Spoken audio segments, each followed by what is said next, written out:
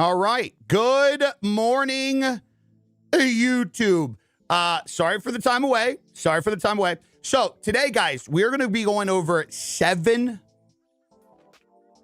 creator myths in 2026.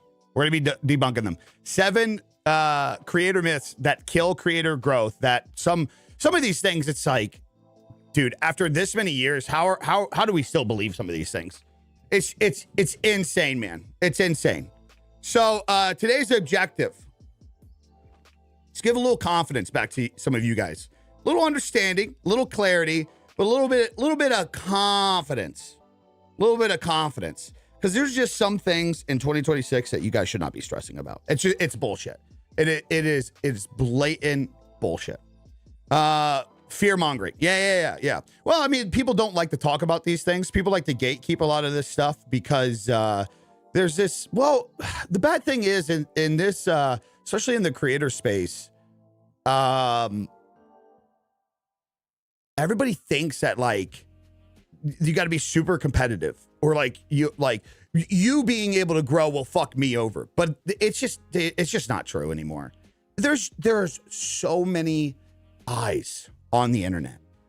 There's just so many people in the world.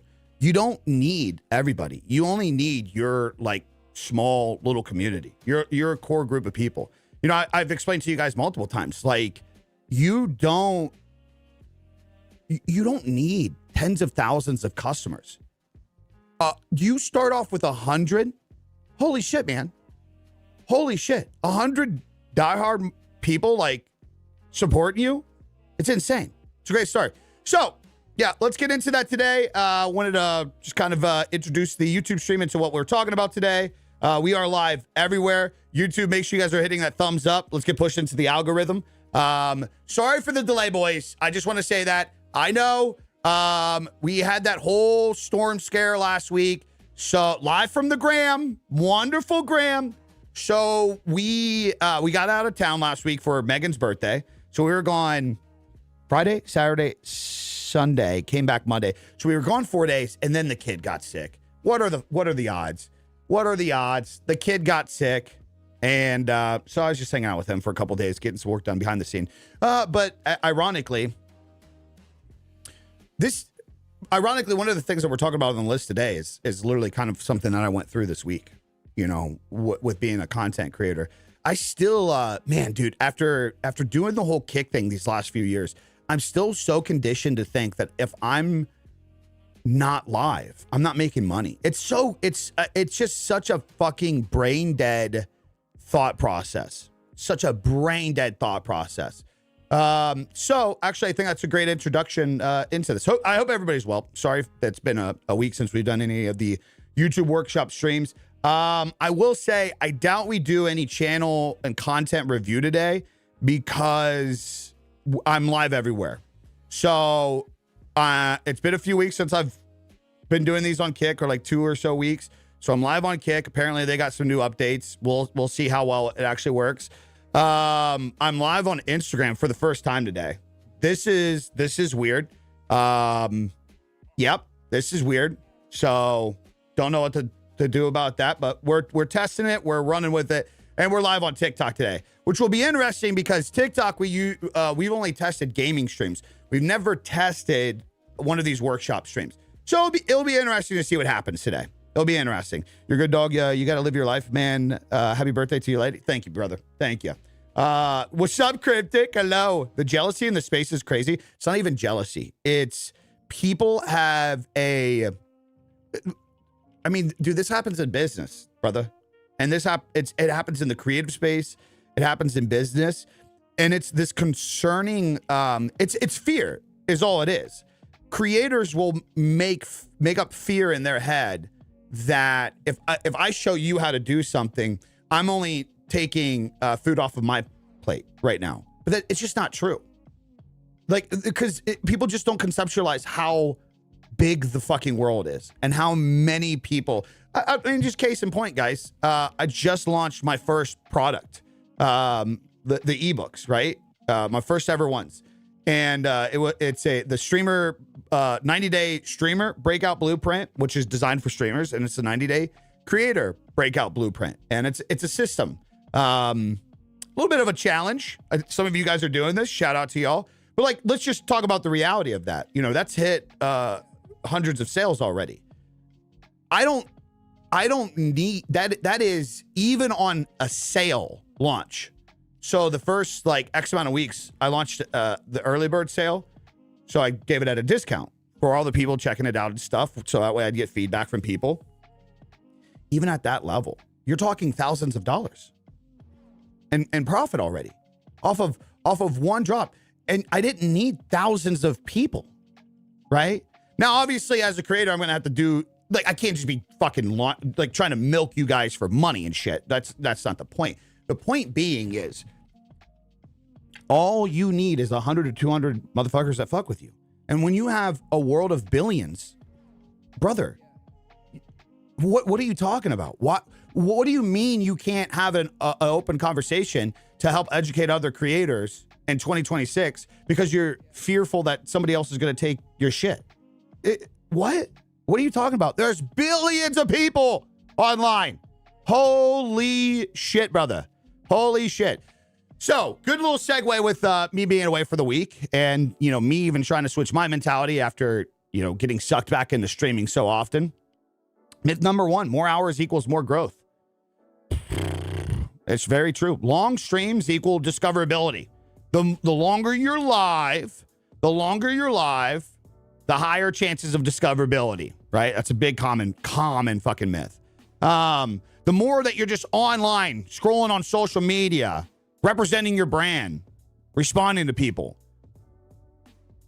it's just going to help you because you're just there. You're there more hours, guys. Especially when you go full time, you will have this, and I deal with it to this day, 11 years doing this shit. You will have these moments where you feel like, dude, even if you have a productive day, you knock out a vertical, you do a stream that does well, and you didn't need to do a long one, and you're done with your day. Like, just complete transparency over the last few years. I'd have these days where by noon, I made $1,500. And then I'm like getting offline. My uploads are done. And I'm in my head, I'm like, well, I got to do more, right? I got to do more. I just got to do more, right? Because I need more results. Dog, what are you fucking talking about? I've already accomplished more in one morning than. So I personally, even as a creator, outside of like the streaming idea, because it's just so easy to relate this concept with streaming. Because like that's like the number one myth with streaming. If you just stream 8 hours a day, your chance of just getting discovered is so much higher, and it's just so false. But that's like the best way to compare it to like creators. You know what I mean? Hold on 1 second too. I'm having an issue where my YouTube chat is not working in Pro Chat, so I now have to separate another chat on my screen. So now I have 5 chats all over the place. Sorry about that, guys. But yeah, anyways, what's up, Paul? Hello, Woody. Let me get, God, dude, I feel like a fucking noob because I got 15 windows. Where's the book? The creator one is linked in my bio. The other one's on my website. They're both on my website, biggie.co. But yeah, that's the best way that I can compare that to content creators, full-time content creators, especially, is you get this constant feeling like that you should be doing more. You should be like action. And guys, it's just not true. Like, you can be planning for the next day, but once you get your shit done, your shit's done. Just doing more hours is not going to automatically equal more growth. Platforms reward results, not effort. Like just showing up. I mean, this is a culture thing, you know, to be fair. This general idea that we show up, we work hours, you get paid an hourly pay, and the more hours that you work, the more you get. And in this online world, whether you're using it for your business, whether you're trying to be a content creator, whether you're trying to be a streamer, effort doesn't automatically equal results. Again, the best way to compare this is streaming. Streaming is the content engine. It's not a product. What's up, Cupcake? Hello. Love the message. Got to be balanced for longevity, and I struggle with that. Well, oh man, this is always tough. Mental health's a big thing, man. Some depends what you're talking about with balance. If you're talking about the effort aspect, sure. You have to be balanced. You have to be. But also, too, we throw around that word a lot nowadays to justify, like, chilling. And I'm not about that. I kept my mouth shut for a few years and let everybody live this. No, man, you got to have your personal time, brother. Sometimes you just got to suck it the fuck up and cut shit out of your life, big dog. Like, you just have to. There's no such thing as balance if you really want some shit. Like I said, like, I have my goals for this year, and I set up all this stuff, right? And I was like, I'll make sure I get my time to sit over here and game. Bro, I ain't had an opportunity to game in weeks. I haven't played Red Sec since before Christmas, and I like the game. It's not a priority right now. There's no balance with that. I ain't got time for that shit, man. I ain't got fucking time for that shit. I got my objectives for this year. I'm doing the creator breakout blueprint with y'all. I got to lock in. I got health to lock in. I can't. And I love gaming, man. I love gaming. It's not to say, like, there's not some, deeper meaning of, like, well, I just got to quit forever. No, it's just that right now it's not on my plate, man. It's not on my plate. You know, I got buddies that are like, come visit, come travel. Hey, come to events. I ain't got time for that shit. If you ain't putting money in my fucking bank account, I don't have time for that shit. Because it's everything. It throws, it's time away from my family. It's time out of my office. It's time out of my routine. And there's a price tag that comes with that now. And if you can't match that, or that can't be presented, then it's not an option for me. It's not an option. Oh, come on, man. Live a little bit. Live a little bit. I live every week, man. I live every week. This week, you know what I got to do? My kid was sick. And instead of, like, having this stressful situation where we're just getting back from a vacation, my wife's got to go back to work, right? She's got a job to do and shit. Guess what I get the luxury of doing? All right, I'm not doing anything today. To me, that's living. Like, I don't have to go to a fucking bar and kick back and black out on a fucking Friday to live. To me, having the control to be able to say, oh, kid's sick, man. I'm gonna spend the morning with him. I'm not gonna do anything. I'm gonna spend the morning with him. Yeah. To me, that's living. So yeah, I think you have to balance the effort that you put in to what you do, because again, more hours doesn't just automatically equal growth. But when it comes to, like, balance on a lot of other things, that's agree to disagree. You know what I mean? I walk into the gym with a camera, tripod, and mics to record my sets and reps, post 5 times a week. Nice, dude. Hell yeah, brother. Hell yeah. Are you willing to share one of your goals objectives? Well, I think you guys could kind of see the direction that I'm going. It's definitely a brand focus. But, like, what's one healthy goal? Okay. I want to upload at least one video, a long form video a week this year. You know, so it's like 52 videos, which we're already ahead on that. Right now, my current objective for the first quarter is upload at least one vertical content every single day.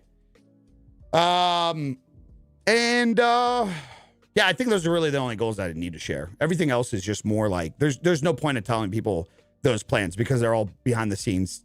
Gotta focus. How's the fitness journey going? Appreciate you asking. It's going good, man. I actually just, my calves are a little cramped because I just went on a little run before stream. We did go on a vacation this past week to get out of Charlotte for the snow, and got a little off track for sure. I ate like shit a couple days. I'm not gonna lie, but I will say, outside of that, for 2026 as a whole, I've been like proudly just locked in. Yeah, just proudly locked in. Like, I was just talking with Jayhawk and them about this the other day. I'm like, they're like, how's the eating and everything going? I'm like, actually really good. Like, real. It's kind of like what I talk about my blueprint and what we talked about in one of the last workshop streams. I'm at that window now where it's been so many weeks where it's just a habit.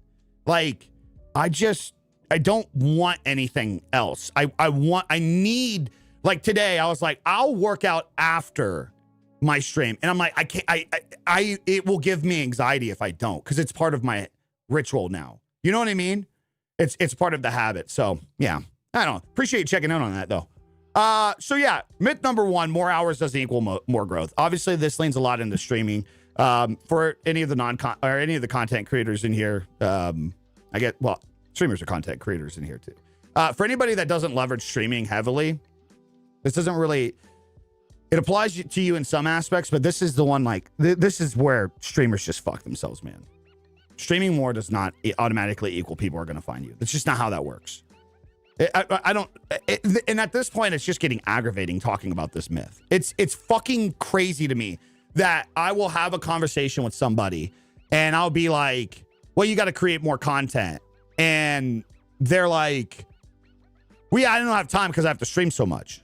And I'm like, what do you mean you have to stream so much? Well, that's how you get discovered. I'm like, holy fuck, dude. How did you just start? Which, like, you know, there's in a lot of people's defense. Yeah. Like a lot of people did just start streaming these last couple of years. So they're so addicted to the dopamine of trying to get that live response and trying to get that next sub and trying to get that next thing, especially when you have kids. The balance between work and family is important and hard to find sometimes. Right. Yeah. I'd say that's more something to like, well, I mean, that's a prime example. If you want to grow in something and, you know, a priority in your life is your kids, which I can relate with, obviously, then everything else has got to take a backseat. And I just can't believe people even question that. Like, I know I'm going to trigger some motherfuckers on this, but dog, you have dreams to chase, but you spend your Saturdays and Sundays watching football. You got me fucked up. I'm sorry. No, you got me fucked up. No, dude, that's my ritual. I got to balance that. You got me fucked up. You don't want it. What?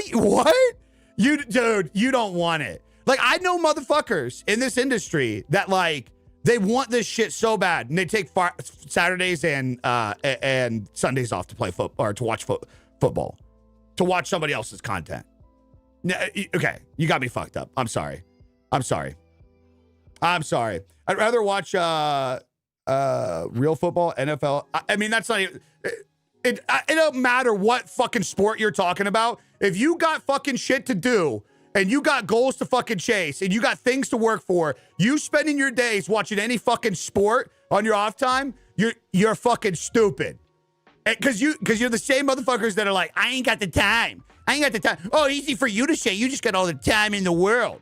Brother, cut the fucking sports out. Cut the extra 10, 20 minutes of scrolling on the shitter. You chill. You got fucking time. You just don't manage your time fucking wisely.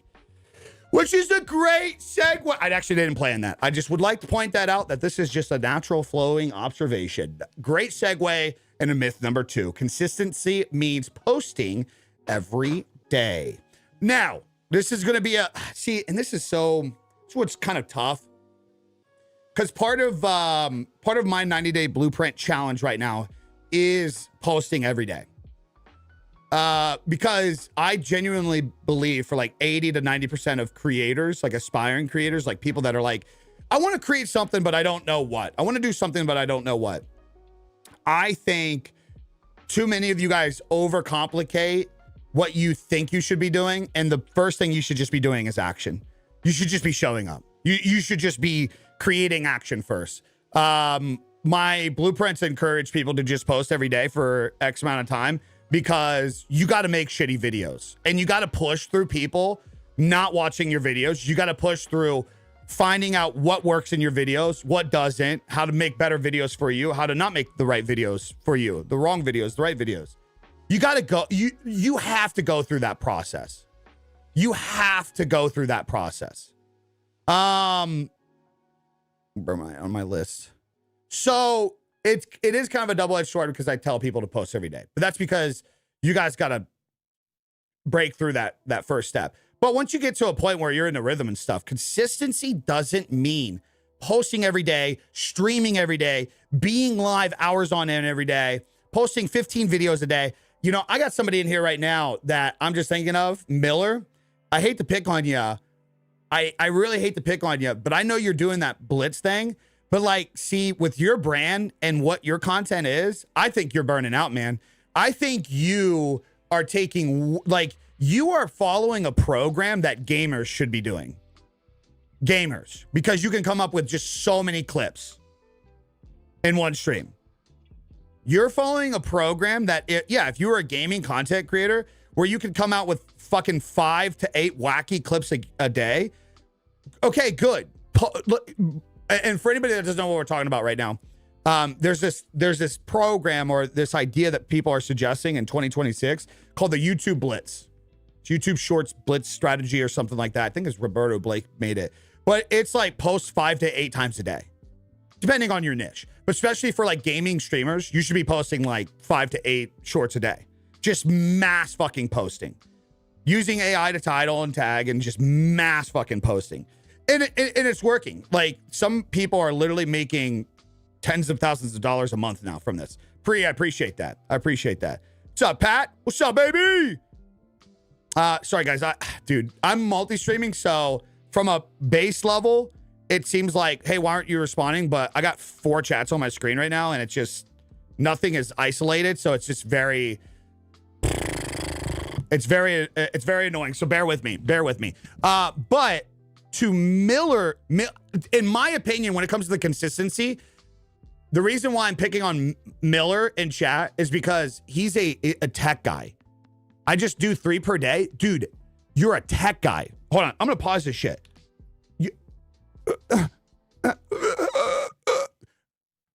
You're a tech guy. You realize the words you just said out of your fucking mouth? You just post 3 per day. Do you realize how fucking stressful it is to come up with 3 detailed tech related fucking videos a day while you're doing long form, while you're streaming too, aren't you? Bro. Hello? Did Instagram just freeze? Hello? Instagram, are you guys good? Oh no. Oh no. Wait, did my Instagram crash? Or hello? Yeah, but can you see me? On my end, I'm frozen on Instagram. This is a disaster. I'm gonna retire. I'm lonely over here on Instagram. Where's the book? I think God damn it, try exclamation point 90 day. It is frozen on IG, or I'm good. I'm moving and grooving. Oh, what the hell? It's frozen for me on my end. Is there a way to refresh this? I swear to God, I'm not being an idiot. Sub-Zero. Hey, for anybody tuning in right now, we are going over 7 myths that are killing creators in 2026. Debunking them. Okay, well, if you guys say I'm good, just if I freeze on Instagram, let me know, please. Just let me know. What's up, Brady? What's up, Pop-Up? Just let me know. Okay, so again, let me back it up. So yeah, you have content creators. Oh, I gotta pause this music or I can't fucking think. So you have content creators that are taking advantage of like mass uploading, and it's working. And by the way, this doesn't just work on YouTube. It works everywhere when you're talking gaming content. Like, dude, if you guys are doing, this is part of my breakout streamer breakout blueprint. You should just be fucking posting. Like, quit overcomplicating it. Quit trying to be somebody you're fucking not. Post. Have videos flop. Have videos fucking fail. Have people make fun of your fucking cringe moments. Who gives a shit? Post. Especially if you're a fucking gaming streaming content creator. I'm sorry, but you should not be stressing about your shit. If you're a gaming streaming content creator, like you prioritize streaming, vertical content should be 10% of the stress in your fucking activities. It should not be a bigger deal. Miller, you're not a gaming content creator. You provide real value. You provide real information.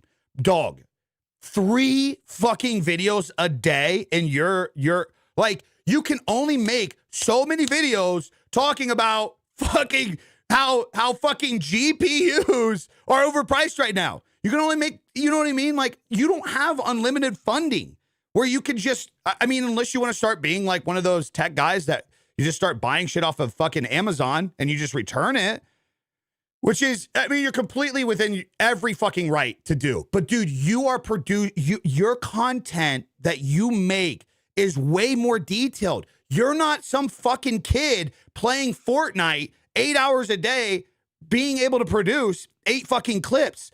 The reason why you're stressed and you're burning out and you're saying that in your Discord and you even come back to us and you're like, some are flopping, some aren't doing that good, is because you are doing too much. Imagine how good one vertical a day would be if you took all the time you're taking to stress about what ideas, stress about the storytelling, stress about the production. Imagine if you just did one a day, one a fucking day. And I know there's this idea that as a creator, you committed like to the challenge. Well, I said I would do the YouTube Blitz thing.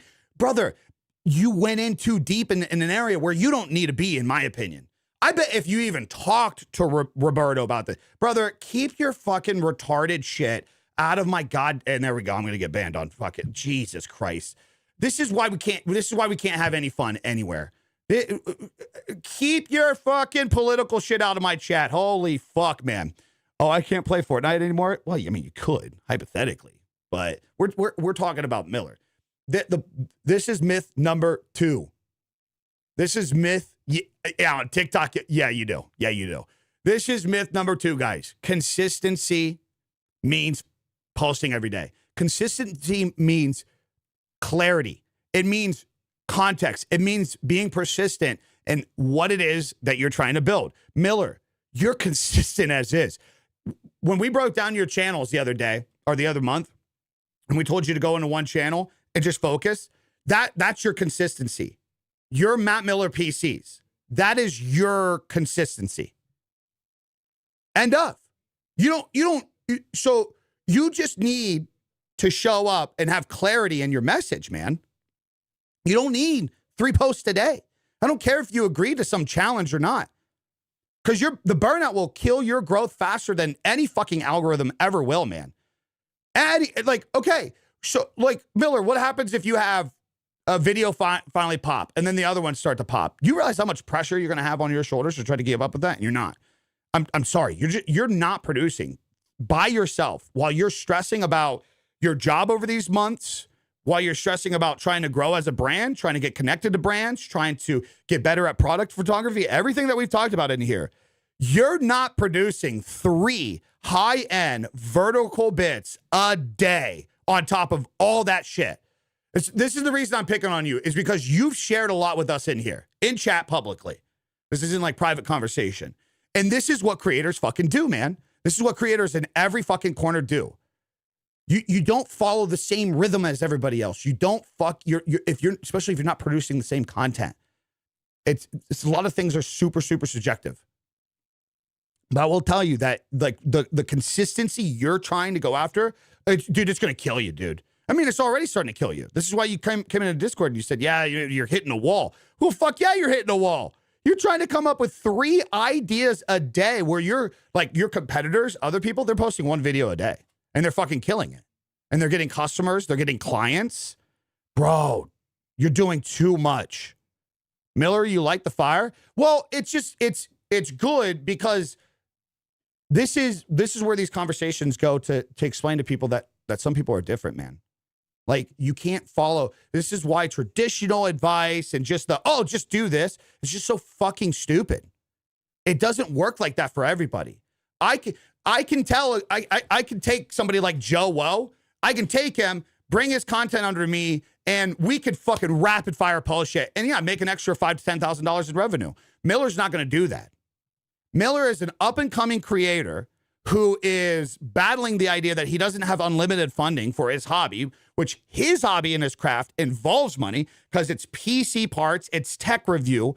You don't just easily be able to come across that. You can't just go out and buy every new thing when you don't have the capital to do that.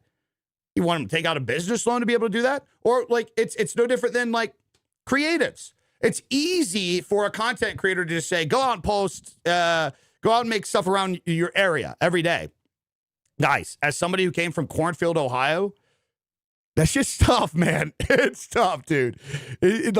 I grew up literally fucking a half an hour away from even towns with like 10,000 people, 15,000 people. That just flatland cornfields. It's very easy to just say, hey, do this to everybody, but it's super subjective. I live in backwoods Alabama. Right. So I wouldn't be suggesting you to go get into landscape photography, right? Because it's obviously not going to be that easy. It's obviously not going to be that easy for you, Miller. But Miller, big suggestion with you, the myth number 2, consistency means posting every day. Dude, the value in your consistency is not posting 3 times a day. I'm going to say it what it is. You do that with that information as you please, but that's just what I'm going to tell you. Like Pat in here agreed with. Burnout kills growth faster than any algorithm. Burnout fucking kills shit, man. One high impact idea beats daily noise, for sure. Again, a double-edged sword for anybody that bought my blueprint, because I insist on you guys posting every day. But again, for a lot of people we're not talking about the guys that have discovered what they want to do and what they want to build. It's more of a system building. It's more about the getting out of your shell and doing shit. All right, myth number 3. If my content is good, it will be found. Oh, fuck, dude. This is death. This is death to creators. This is where I was really bad years ago. Shout out, man. I will say I was fortunate enough to have violation warning. Your live has been flagged for hate speech and hateful behaviors. Repeated violations could result in your live being discontinued. God, you guys are so soft, man. Whoever reported me, I'm not going to say it because I know you'd have that, but just what I said earlier, that goes to you. You're just so soft. You hear a no word and it gets you offended. You're just so soft. Holy shit. And I know I'm a violator. Anyways, yeah, myth number 3 is a killer, dude. Myth number 3 is a killer. It is a killer. If my content is good, it will just be found. I mean, well, first and foremost, of course you think your content's good. You put the work into it. This is one thing. Oh, man, we do this to ourselves all the time. I remember one time me and Big Rob Energy, we were having a conversation with a content creator, and he was like mad. He was like mad. This is bullshit, man. This is bullshit. This doesn't make any. This is bullshit. Something's fucked up, man. I put 8 hours of work into this vertical, and it didn't perform. Nah, this is bullshit. And me and Rob talked, and we're like, bro, what? You guys, let me be fucking so abundantly clear on something. None of this shit is owed to you. I don't give a fuck how long you put it into a video. None of this shit's owed to you. Let me say that again. None of this shit is owed to you at any level. What a fucking brain dead way of thinking. That just because you put more work into something and you did everything, you went to AI, you took the advice, you took the class, so you made a good video. That's part of the battle. Distribution beats talent in 2026. Bro, if you don't know how to take the message that you have and you go to the platform and you say, hey, platform, deliver this message to my audience. If you don't know how to make that simple connection, you're fucked. Your hooks, your formats, the context, all that shit matters way more than quality alone. How you tell your story, how you keep somebody engaged, especially when you tell a story that you really want to fucking tell, when you share content you want to share, because it's contagious. People can feel it. People know when you're being genuine about what you're fucking producing. They can feel it. Like, anybody know what I'm talking about? You guys all have those creators where you're like, man, that guy's just fucking cooking right now. I mean, guys, look at Peanut. I know, extreme example, but that guy is just on an unstoppable level. And you feel it, man. You feel it in his humor. You feel it in his reactions. You feel it in his energy. Like, you just feel it. Now, go find go do me a favor. Go scroll on Twitch for me. Go find Arc Raiders. Go scroll on Arc Raiders and go down. Go like scroll down. And go find a motherfucker. I mean, they're everywhere. They not talking. They don't even seem like they want to be there. Oh, my views are down today. Like, you can just feel it, man. You can just fucking feel it. Motherfuckers that are making videos about shit that they don't want to be making videos about, just trying to chase the algo. again, you know, trying to overwork shit, trying to highly edit things. Hooks, formats, context, the distribution matters way more than quality alone. You're going to make a great fucking video on paper. Doesn't mean that you're just going to get views. Doesn't mean people are going to care. Great creators stay invisible without packaging. Yeah. Yep. This is a lot on TikTok, man. TikTok in the vertical landscape, which I know sounds ironic and subjective. Well, I mean, this actually funnels into one of the other myths, but I mean, you can even take my Instagram, for example.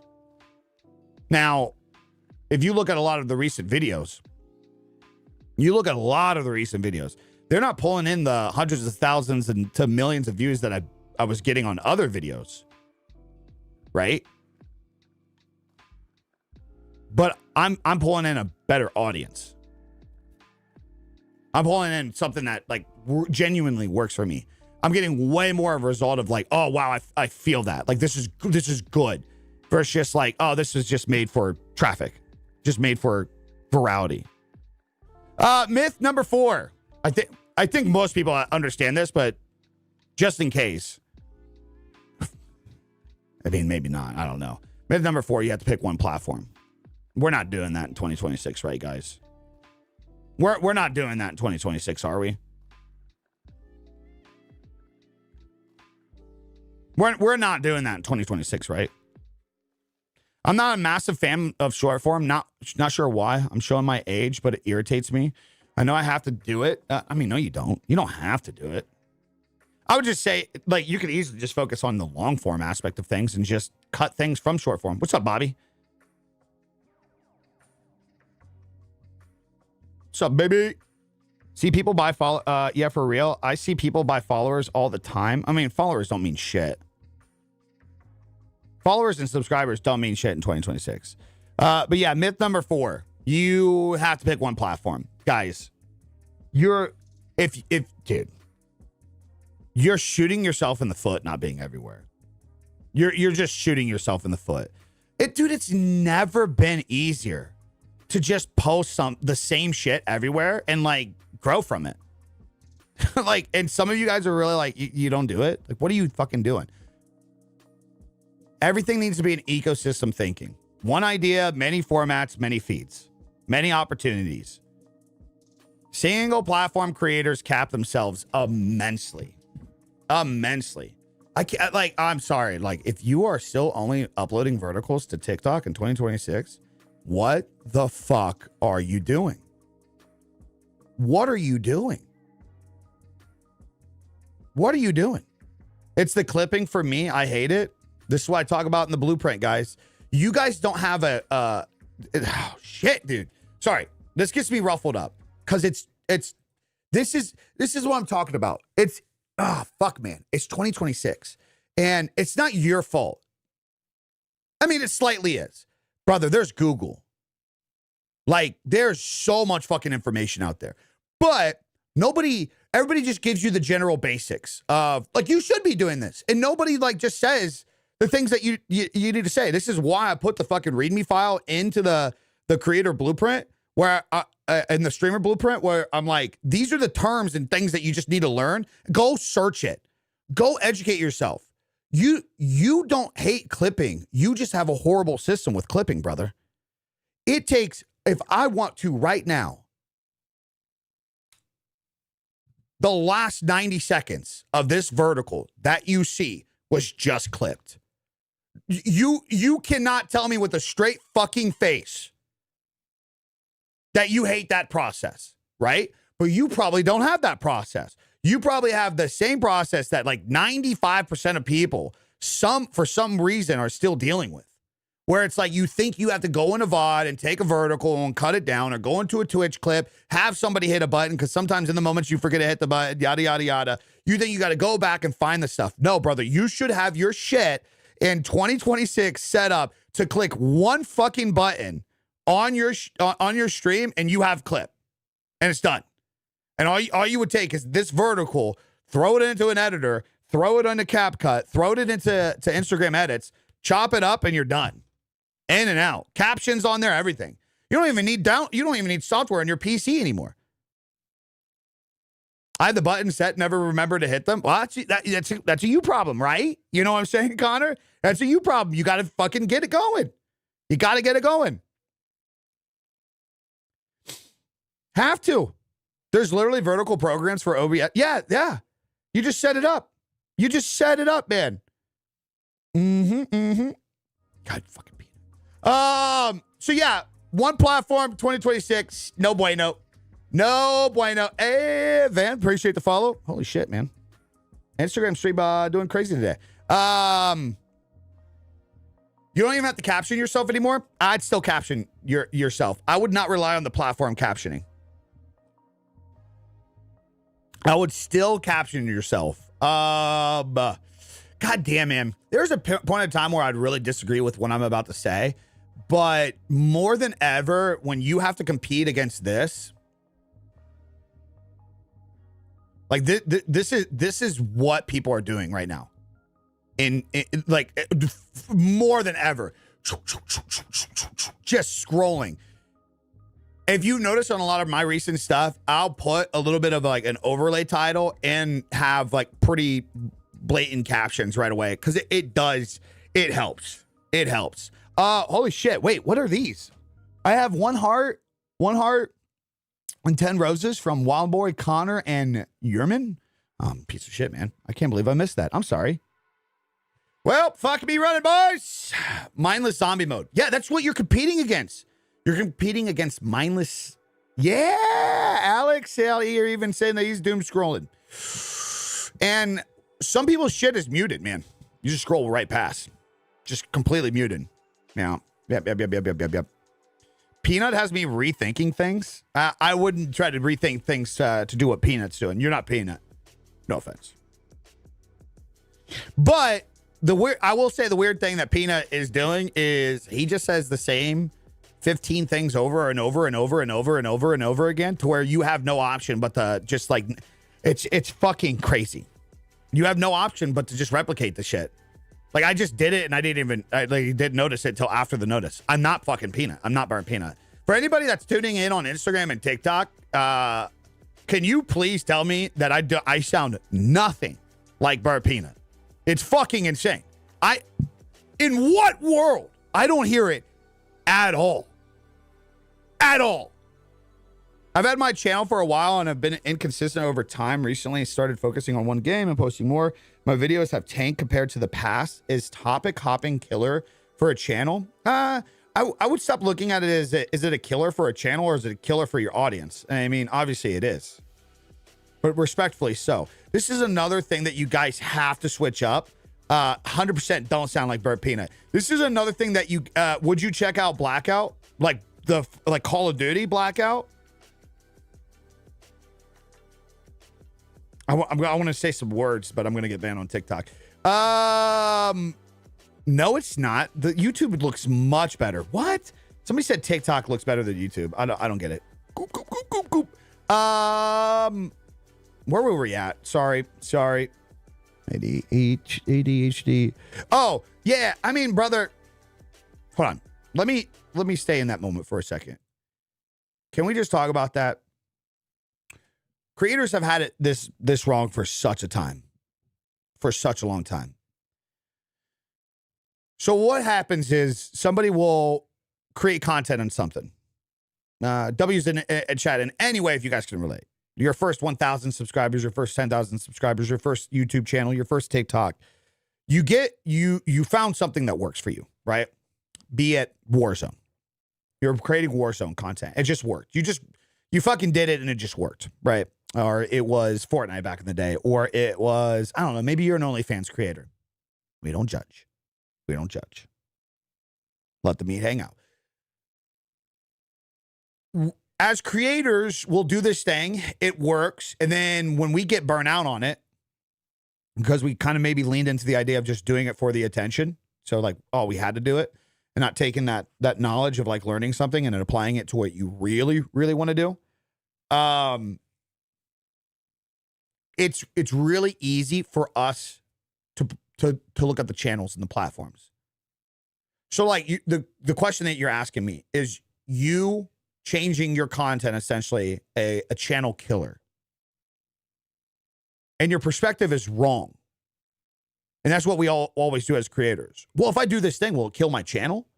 Is this what kills channels? Brother, switching anything that you're doing and any part of it, like whether it's your TikTok, your YouTube, your live streaming, anything, it's an audience killer. Yes. I don't give a fuck how many people try to make your feelings feel good. If you're not providing this along the lines of the same value of content that you brought them in on, they will not watch you. I am a case in point to a fucking T. To a T. What's the reality? This is my value. Without a shadow of a doubt. This is my value. Doing this shit, helping creators, talking with creatives, talking about the things, the tools, the ideas, trying to bring a better perspective for people. This is my value. And I'm bringing you in. Dog, you aren't going to want to watch me play Arc Raiders later. And we got to grow up and stop thinking that like there's this fucking control over the number. Guys, the number is people. It's human beings. So you need to have the perspective of, if you change this thing, will it turn your audience away? And it's clear yes or no. And I think a lot of people know it, but they try to tiptoe around the idea. Like if you're playing only Call of Duty and you fucking hate it and you want to switch to playing Arc Raiders, yeah, it's probably going to kill your audience retention. They're not going to want to watch it. They're not going to want to watch those things. But this is where, we talk about in some of these things today. You got to assess that as a creator. Are you unhappy doing the thing? Okay, well, there's the bigger thing that for you, recently started focusing on one game, posting more. My videos have tanked compared to the past. Is topic hopping killer for a channel? Here's the real question. Are you happier? Are you happier? Are you enjoying what you're fucking doing? Okay, the audience turning away from you doesn't matter. It doesn't matter. This is where I really encourage creators to grow a fucking backbone in 2026. I see this a lot more everywhere else, like them moving in different directions. Twitch streamers are fucking cooked, man. You guys are some of the biggest fucking pussies on the internet. Holy shit, dude. I want to do this thing, but my Twitch community won't let me. Well, fucking grow some balls and get off the goddamn platform. What are you doing? Crying like a little bitch. Wah, wah. You don't like what you do, but you show up every day and do it for 30 to 50 fucking people? Are you oh, Jesus Christ, dude. It's Twitch streamers are so fucking insufferable, man. It's fucking crazy. There's a whole internet out there, dude. There's a whole world out there. And you're bitching and moaning because you hate what you do. But you're like, I gotta do it for 30 to 50 fucking people, or I'll never be Tfue. You'll never be Tfue. You'll never be Peanut. You'll never be Tim the Tap Man. Because those motherfuckers, even themselves at their I hate using them as comparisons, but even still, notoriously, if you look over the track record of a lot of these guys, they just did what they wanted to fucking do. And they showed up. And lo and behold, wow, people fucked with that. Oh, wow, your fucking Twitch community doesn't fuck with you anymore. You guys want to know a good secret about that? They never fucking did. They never fucked with you. I learned this lesson when I moved to YouTube. Bro, because I didn't even change the content, dude. I was doing the same fucking content. And I instantly went from Twitch, like 50 to 80 fucking CCV, YouTube, 2 to fucking 4. Now, I will say it was like a little bit of a habit change for maybe like 10 of them. And then they came over. Shout out to the boys. Shout out to the OGs if you know, you know. If you know, you know. But dude, the amount of motherfuckers that I seen that were a part of my community, they were there for me. They want to see me happy no matter what. They were like, I think it's, but Twitch is the place that I go. Twitch is the place that I go. Okay, then fuck off, brother. I'm done with Twitch. I don't like Twitch. Twitch doesn't benefit me. They've robbed me of tens of thousands of dollars of my revenue. I'm good there, my guy. If you fuck with me, you fuck with me. The platform shouldn't matter. What's the reality? They didn't fuck with me. They just go to Twitch. They do their typical routines, go check in with their typical system and the typical day, and that's it. They don't fuck with me. I had to click another app? Nah. Shout out to Didi, man. Shout out to Didi. Didi's been Didi's been around 20. I mean, I knew Didi IRL, but Didi's been everywhere. Twitch, YouTube, fucking OnlyFans, or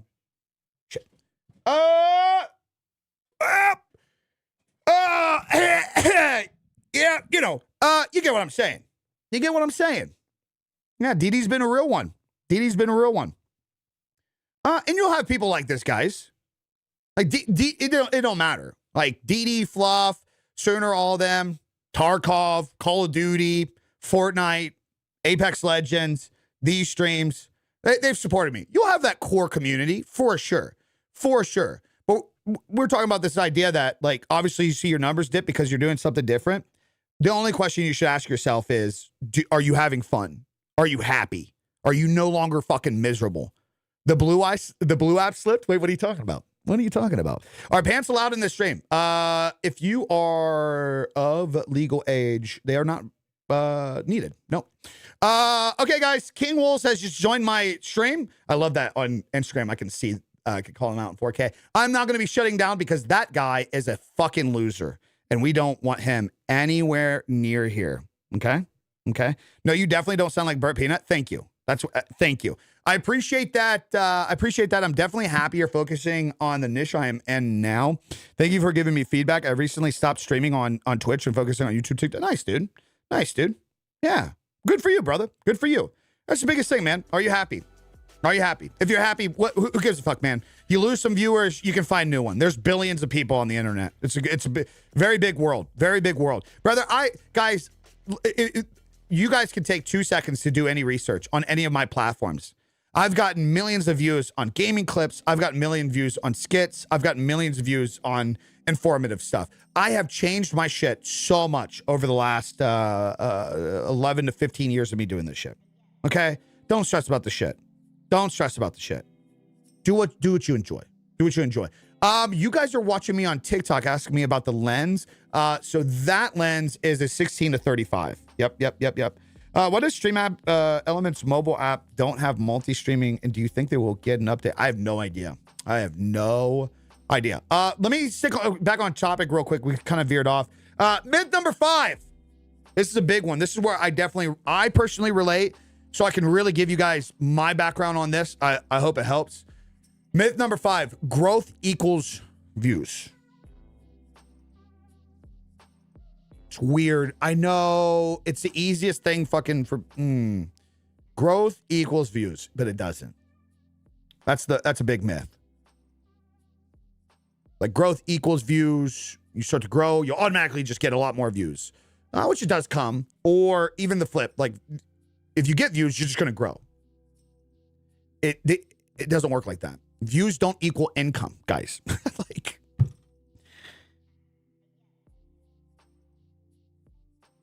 so what's like automatically view? Well, aside from advertisement, I guess I should watch that note because you can't challenge it. But for the most part, like any real creator is going to tell you their real monetization comes from everything outside of the advertisement. So what I'm trying to point out is, if views across the board aren't automatically part of the income, you get millions of views. Oh, I'm not getting any money from it. Okay, well, that's clearly a problem. But if you have retention, trust, and repeated viewers to build a community, that's where you're going to actually find value. That's where you'll be able to get your subscriptions. You'll be able to sell your merch. You'll be able to have your brand deals because brands will say, oh, well, these people are actually fucking clicking and going through and whatnot. So if you could get all the views in the world and still not even monetize off of it, then it doesn't automatically equal growth. Well, at least a lot of people are seeing me. Well, that could be like top of the funnel shit. And this is like, if you take me as an example, this is why if you go across my page and you filter by views, you'll find some of my reels on Instagram got me like 10 million views on one reel. But here's the crazy thing about that is I've even checked into this recently. Some of my recent verticals where I've just been more me, I'm going in the direction of what I'm going. I'm getting more followers and more repeat viewers from some of these reels getting 40, 60, 100,000 views compared to some of the reels that got like 2, 3, 5 million. So views doesn't automatically equal growth. Just because you get the views doesn't mean you're building real people. And this is where I've had a problem for a while over the vertical content years. You know, when fucking Rob and Jay finally nipped me in the butt to what's up, Lewis? To take vertical content serious, I figured out how to get views. I figured it was a very simple recipe. It's like I said in one of my recent reels, it's not hard to get views. It's not hard to get people to comment and get people like rage baiting is so fucking easy, dude. So easy. I rage baited to like fucking 15, 20 million views after Battlefield came out on Battlefield content. Rage baiting is so easy. It's easy to get views. It doesn't automatically equal growth. Doesn't mean people are actually going to sit down and fuck with you. It's just not, man. Just recently hit 436,000 view posts, 15 followers. Yeah. Dude, I had a real, just like 2 days ago, 10,000 views, 50 new followers from just 10,000 views on a vertical. That's insane. That is insane. Here's a great example. When I was building my Apex Legends content channel, the way that I did things to try to leverage building a community over there, when I was streaming Apex Legends, one YouTube video, 15,000 subscribers. I'm going to say that one more fucking time. One YouTube video, 15,000 subscribers. That was a good video. The retention was good. People committed to subscribing. They would check back in with the other content. That was a good video. That was a good video. That was a good video. So, growth doesn't automatically equal views. Small audience with intent will win. This is what I was talking about. You don't need 10,000 people to fuck with you. You need 100 ride or die. My biggest value over these last X amount of years, people are always like, you're not that big. Like, guys, I make good income. Even at my size, really good income. Really good income. Let me just say I'm very stressed about this year's tax bracket because I'm making sure I go down the line to have every fucking expense that I can to cover my ass because it is fucking bad. It was a crazy year. And what's crazy about that is on paper, this was probably one of my worst years as a brand, 2025. Like in terms of overall progress made on the year, not that many followers gained in comparison. Well, not good of a year for me growth-wise. Financially, it was fucking insane.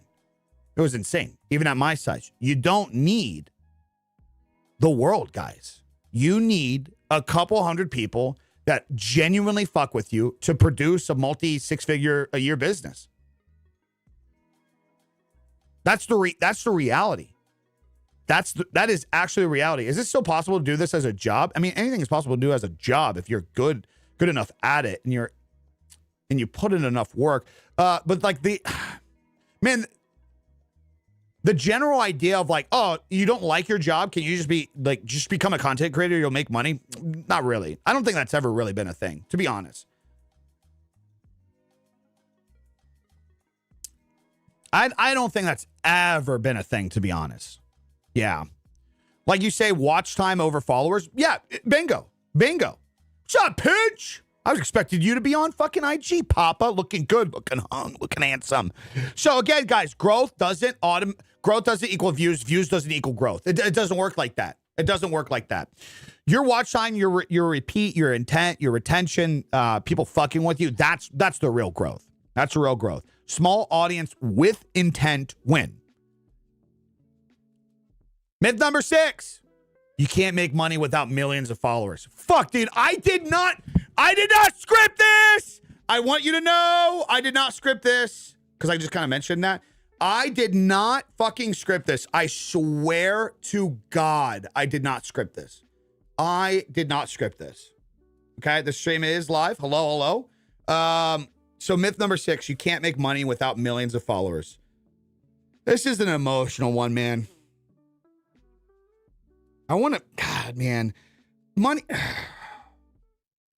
is a weird one. Money is a weird one because it's hard, because you don't want to say things that, and this is where I've definitely gone wrong over the last couple of years, like streaming on Kick. You get people talking shit. Like, this is just the fastest way to respond. Yeah. So I do apologize for some of that, but I also think it's good to be transparent. And, I think just an impactful thing is like, guys, even at somebody at my size, I've passed multi-million over the years.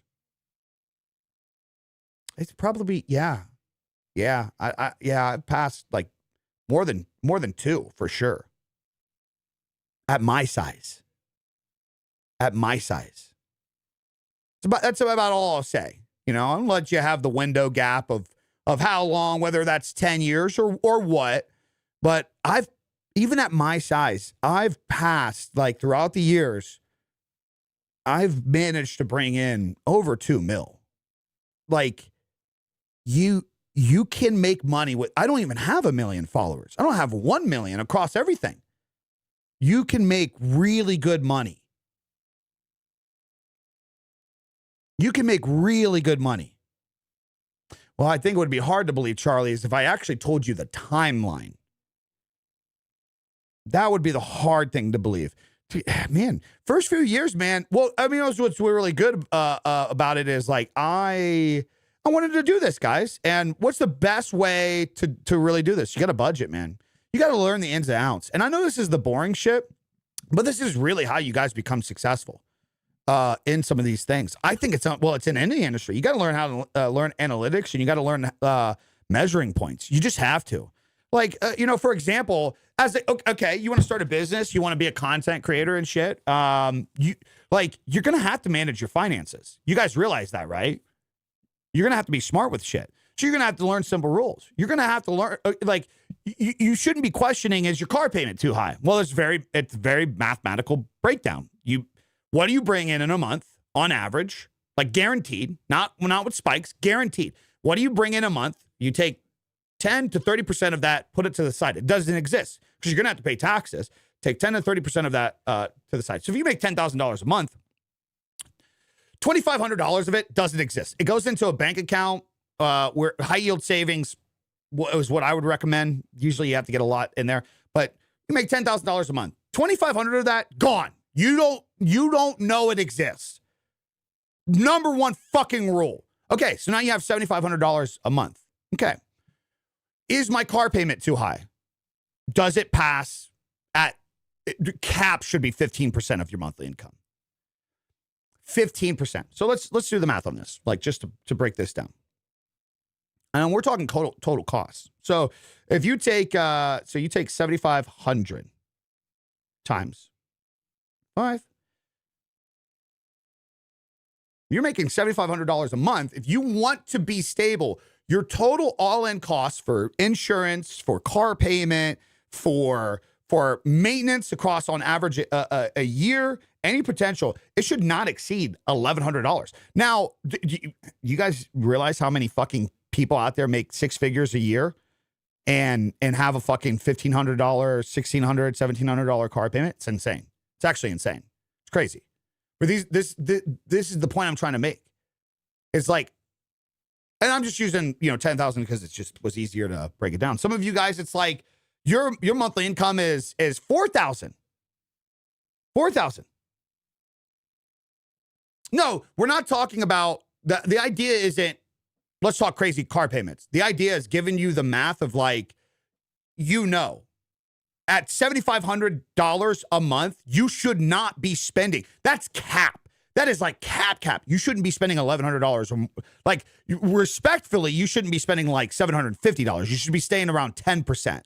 But these are general rules that you're going to have to learn. Okay, another example, mortgage.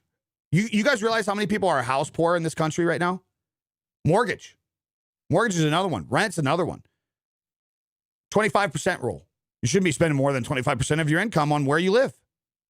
Now it's really hard too nowadays because everything's fucking crazy, right? So you gotta, like, these are fucking obstacles. I had to figure it out. But this is the longevity that it gave me. It's because in the early years, when I fucked myself, I learned how I fucked myself because I didn't pay attention to simple rules. I learned budgeting. I was well below my means in a long time. What's so funny is, we're talking about the money aspect, and this is what I was saying to the comment where you're like, you're not surprised, and I was saying you'd be more surprised to find out the window that I've earned over $2 million. In my earlier years, where a lot of content creators, like a lot of fellow content creators on Facebook, Twitch, would watch my YouTube stuff on like how to do X, Y, Z, how to get brand deals and whatnot. In those years, the perceived income that I was making to them wasn't even close. But I was comfortable, man. I was very comfortable in my first year, not even making six figures because I lived really below my means.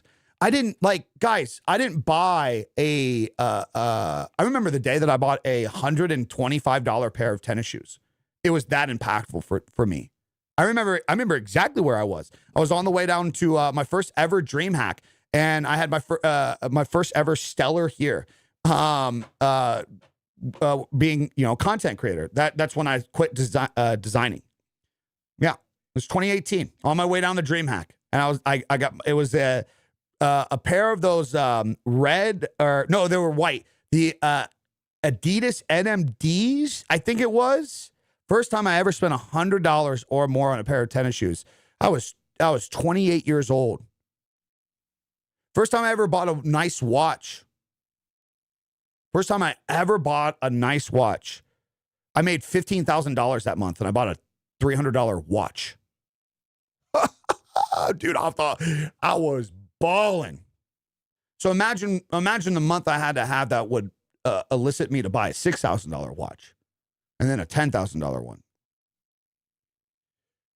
The point being talking about this is I'm not bringing this up to disconnect me from you. Did I say that correctly? That's why I don't like talking about the money and a lot of this stuff. I'm bringing it up because I want you to know that I was you just a few years ago.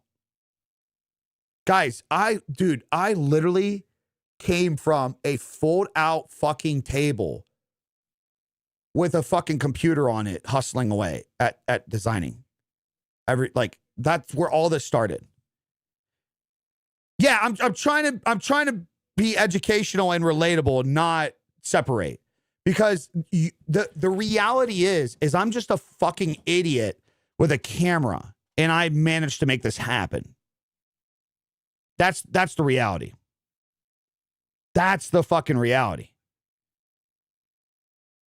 You know what I'm saying? Damn, you look, hey, what up, Garrett? We got a CPA in chat right now.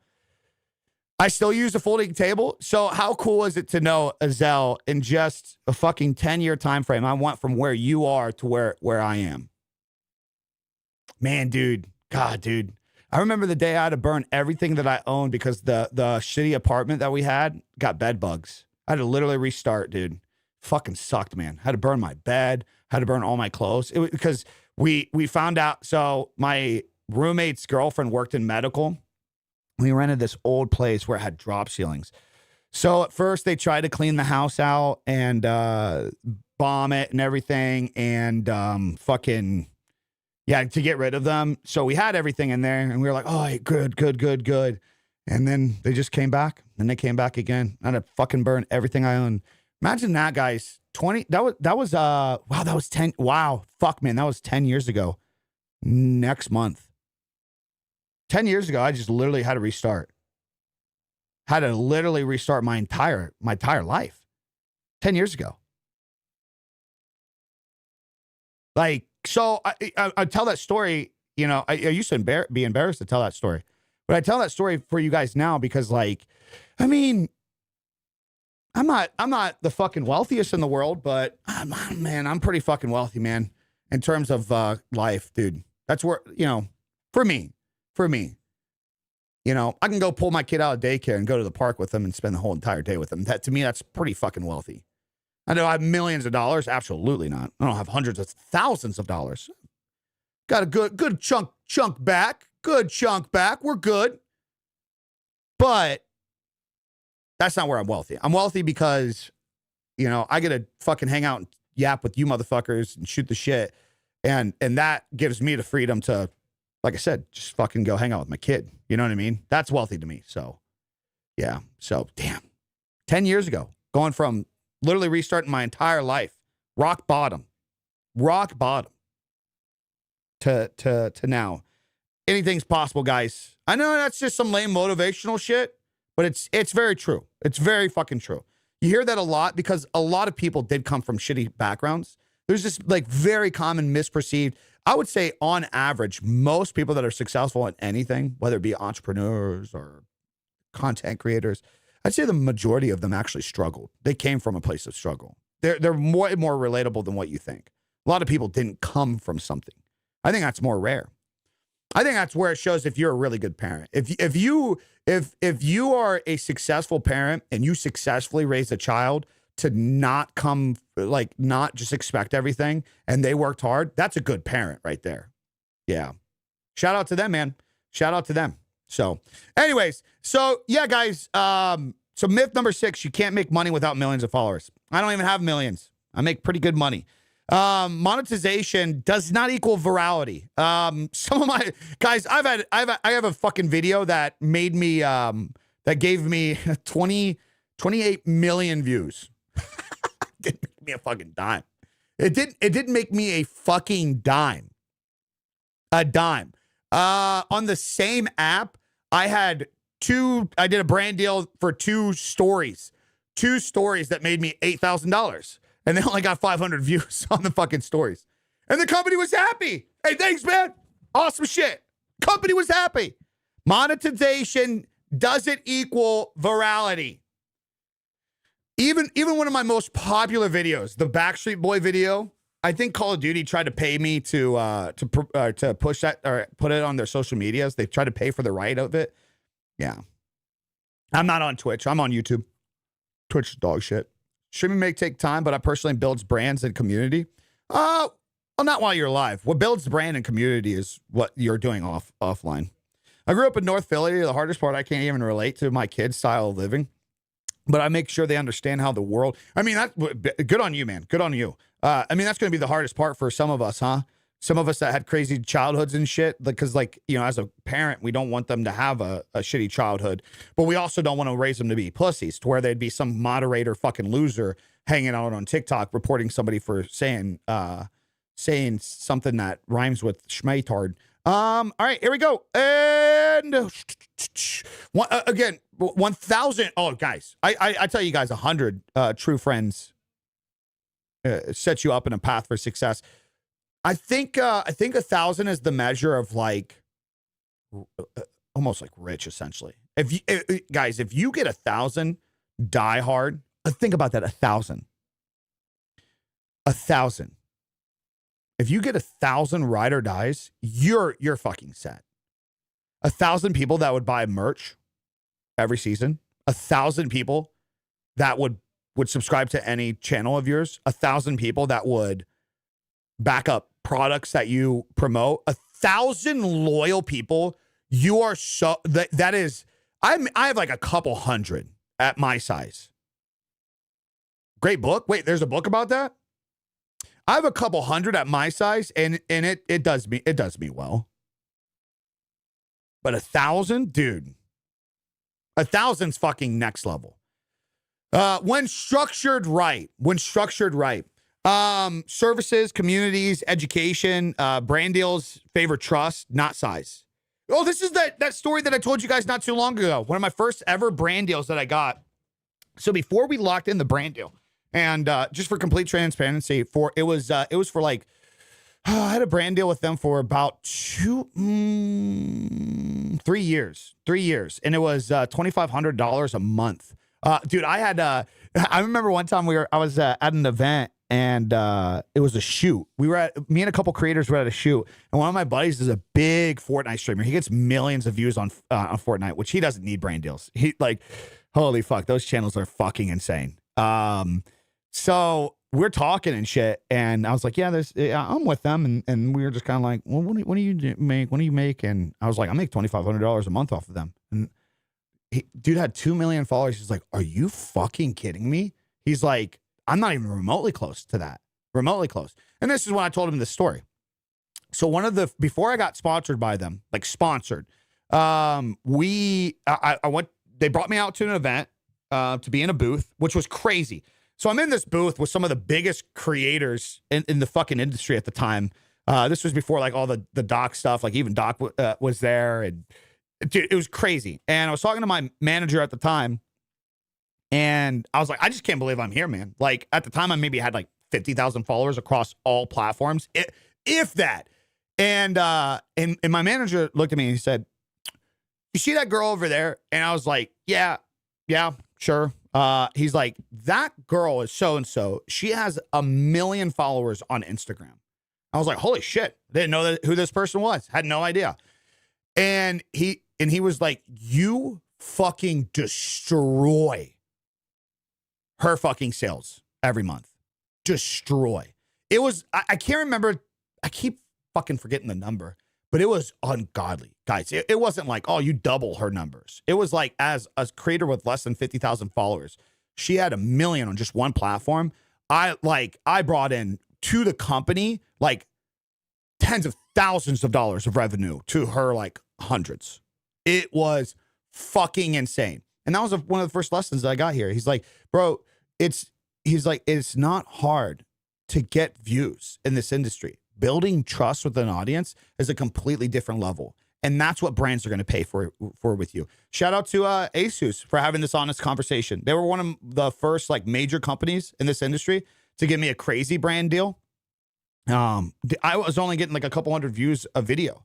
And I straight up asked Ernest, I'm like, bro, like what I was like, I don't get like that many views. He's like, we're not paying for your views, dude. He's like, he's like, I watched a handful of your videos. I've been checking out your content for a while. He's like, when you believe in a product, he's like, the way that you can resonate with people, that's what we're paying for. So I learned very early on between that conversation and the other conversation, holy fuck, I don't need 10,000 clicks and 1 million views of video. What I just need to keep doing is when I align with things that I fuck with, I need to just keep having the conversations about that. Because having just a few hundred people with that is just way more valuable for me. And that's what some of you guys are going to have to understand. That's what some of you guys are going to have to understand.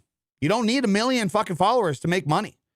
Services, communities, education, and brand deals favor trust, not size.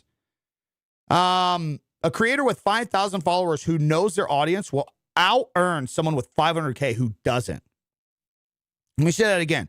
A creator who knows their audience with 5,000 followers will have the ability to out-earn somebody with 500,000 followers who has no idea who their audience and demographic is and why they're there. You don't make that connection, dude, you're going to miss out on so much. And what's crazy about this is there are creators with hundreds of thousands of followers across socials where, like, if they would just take the time to get to learn their demographic, make a tighter connection with them, holy fuck, man. I know creators that are like twice my size, 3 times my size, that are making probably, making a quarter of what I make, which is just crazy, dude. And the thing is, they're good creators, but this is where they defeat themselves. They even in their head, they're like, oh, I'm not big enough to make good money. Bro, what? You could do a merch drop right now. Hey, dude, let's just do some simple math here. This is the things that, like, I can't believe people just don't think about. Like, even, like, guys, large creators don't think about this, but you do it even on a small scale. Can I pick on somebody in here? What's a respectful size somebody's maybe at? Anybody in here at let's just make up a scenario. Okay, let's say you have like 50. Let's say you have 50 like ride or die, right? Is that fair? I think that's like an achievable thing, right? So if you come out with a piece of merch, a t-shirt, right? A t-shirt. Let's say you take 50 shirts. Like you'd sell, is it possible for some of you guys to maybe sell 50 shirts in a quarter, in a 3-month window, right? Just to start off. So you take 50 shirts and you're doing $35 a shirt minus $12 of cost of production minus $5 shipping if you cover. That's $18 profit times 50. It's $900 and just selling 50 shirts in a quarter. So you're looking at like so over a 3-month time gap, if you can sell 50 shirts even at your size, talking about $300 a month of additional revenue. You have to have a little space in your house to keep track of them. Now imagine if you have like 50 like really diehard, like to where like you launch it, 50 people are buying that shit. That's $900 profit within right there that month. Right there. Just on 50. Now imagine some of these creators that have 500 diehard people. Just times that by 10. It's $9,000 in one profit in one drop. Now, obviously, with that, you would want to reinvest in everything and keep it growing and stuff. No, it'd be Jayhawk's a perfect example with Lab Culture. Like, there's a reason why you see. Do I have? Oh, I fucking do. There's a reason why you see. Well, he fucking spoils me, man. I'll get an email. He'll do a drop, and I get an email, and he's like, "Got something on the way." I'm like, "Oh, you motherfucker." So, I mean, I gotta be wearing it if he's sending it to me. So, but Jayhawk's a prime example. Jayhawk doesn't have millions of followers across shit. If you guys, I don't know the numbers, by the way. I'm not like pocket watching to try to break down anything. I genuinely have no idea the numbers, but I'd say Lab Culture's doing very well because it's getting pushed very, very hard, very, very, very hard. So, so learn your audience, man. There are large creators that don't even like get like. Learn their audience. They don't pay attention to the demographic. They don't pay attention to where they don't know who any of their fucking people are. Myth number 7. And this is the big one. This is where a lot of people, this is where some people are going to disagree big time. And I mean, you're at every right to disagree, but oh man, this is the heater. You are within every right to disagree about what I'm about to say. But I want you to understand what I'm about to say is legitimate factual. Frank, thanks for the gift of sub to Cooter. He spends all that money on steroids, doesn't have enough money for the sub, so I'm glad to see that you did that. This is the biggest killer. Biggest fucking myth. Frank, appreciate the gift. My guy. You guys ready? Biggest myth, 2026. Platforms don't push small creators.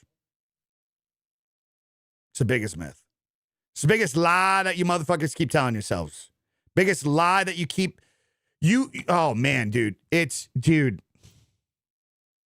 If you want to see a dumb fuck and who you should not follow, take somebody who gives creator advice or tries to influence creators.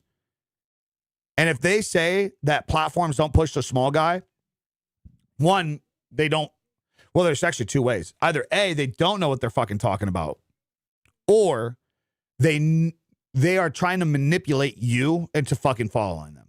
It's one of the biggest scams in this fucking. This has been around for 10 years, by the way. This is nothing new, guys. And it's this idea, and you guys will find this all the time. It's this idea of like, oh, let's support each other because platforms aren't going to do it. Let's support each other. Like it's one of the easiest ways to manipulate. Hey guys, I'm just here to educate you guys and let you all know that the platform's gonna fuck you over. TikTok's gonna fuck you over, YouTube's gonna fuck you over, Instagram's gonna fuck you over. It fucks over the small guys. It doesn't push the small guys. But if you follow me and you join my community, we're gonna help each other. We're gonna help push each other. This is been one of the biggest common scams in this fucking industry for the last 10 years. Guys, you can't manipulate the number to grow a community. That's just not how that works. You know how you grow a community? You grow the fucking community. You grow the fucking community. That's how you grow it. Period. So there's this massive belief for so many creators online where they actually believe the platforms don't push the small guys. Guys, over the last 5 years, specifically, platforms have catered to the small guy. They have catered to new accounts. They want new people. Thank you. It literally in the platform's best interest to push the small guy. It's in their interest to have new powerhouses come out of nowhere. The only reason this is even still a narrative is because Twitch and Kick are like fucking 15 years behind in their website and their like how they connect a viewer to a creator. It's still the old ritual. So you have so many, which I can't believe they don't just like learn this, but you have so many of these like lost streamers that are like, I'm showing up every day. I'm live streaming for all these hours. Why is this platform not giving me anything? Well, it's like, well, yeah, you're not going out and you're not creating any content to bring anything over. Thought we kind of, yeah, it doesn't, I mean, in Kick's fairness, a couple of the guys do bounce around and try to pick like a smaller creator here and there and throw them up on the homepage. Guys, that's not how you build a community. That's a small dopamine window of, hey, thanks for the leverage and moving on. Until Twitch and Kick have a legitimate discovery system, until people are organically going to those sites to say, let me search new shit. Let me find new things. Let me generate new conversations. Until that happens, those sites are always and forever going to be if you have more views, you get pushed up to the top. That's it. And that's not a way to get discovered. It's just not. So take those out of the equation because they're fucking 15 years behind in technology and talk about like the major platforms. Any platform with an algorithm, an actual system, a real system. They don't push you back because you're a small creator. They don't give a fuck about your size. Oh my fucking God. This is like the biggest, this is the biggest brain rot argument that I have with people. It's so fucking annoying. So annoying. Well, I'm small, so the platform doesn't like me. Okay, I go check out their video. Their intro, like they're trying to title the video something completely different from the actual video. So you're already disconnecting people because you're trying to clickbait at a small size. And then like if you even get somebody to click the video, their intro is like, well, hey guys, my name's so-and-so. I'd really appreciate if you guys supported me. It's like an instant like, hey, let me make this about me and not about the message whatsoever. Like there's no hook. It's just notoriously common that dude, it just happened recently. I made a YouTube video talking about if I had to pick one streaming platform for 2026, like I could only go live one place, I'd pick YouTube. And I had somebody that's like, oh, you got no discovery there. YouTube hates smaller creators. And I went to their page and their whole entire page was about them. Like their thumbnails were about them. Their titles were about them. So wait, hold on. Okay, hold on. You want to build a community on platforms that have algorithms. And when you show up and you go to pick a title and a thumbnail and everything, and YouTube says, or TikTok or Instagram says, hi, creator. Here you are, creator. What audience do you want? Where do you want to go? And their fucking first response is to say, me. I want me. People, I want people to find me. I want my content to be just me. And then YouTube says, well, who the fuck are you? How can I tie you to people that don't know who you are yet? This is like the most common thing with streamers. Instantly, their fucking thumbnails are them. Their fucking titles are them. Big Dick Dingle's live. Like, they're playing Fortnite. They don't even have Fortnite in the title. They don't have Fortnite in the description. They're just like, hi, come find me. Guys, on platforms with algorithms, that is the first step that you're doing. That's how you should look at your captioning, your titling on the platform. You're essentially going there, and the platform's saying, hello, sir. Who do you want to connect with? Who do you want to talk with? And that's where you say, I want to connect with Fortnite viewers. Oh, I'm playing Fortnite. people overcomplicate the fuck out of this shit, dude. What's up, Storm? Appreciate you, big dog. Literal discoverability at its finest. Yeah, and you still, in 2026, have motherfuckers are like, platforms don't push the small creators. Bro, I'm envious of people that are starting in 2026. I'm envious. I mean, in all retrospect, I really should just make a new channel. I really should. I've just done so much over here. There's so much dead history on this channel. The subscribers don't mean absolutely dog shit. They don't mean anything. Subscribers, followers, they don't mean anything. If I started a new channel and I started it coming and swinging, oh God, it would do so much better than this channel. But I'm fucking, I'm arrogant. I'm arrogant because I just wanted to all be in one place. And then I got the @Big E on this channel too, which is really, really stupid. Keywords are a thing. Yeah, I mean, they've been a thing for fucking years. Scarlett Johansson. Imagine if she actually followed me. That'd be crazy. Nice try, fucking fakey. But yeah, guys, platforms don't push small creators is one of the biggest myths. Platforms need new creators to survive. They need them. Like, that's not up for debate.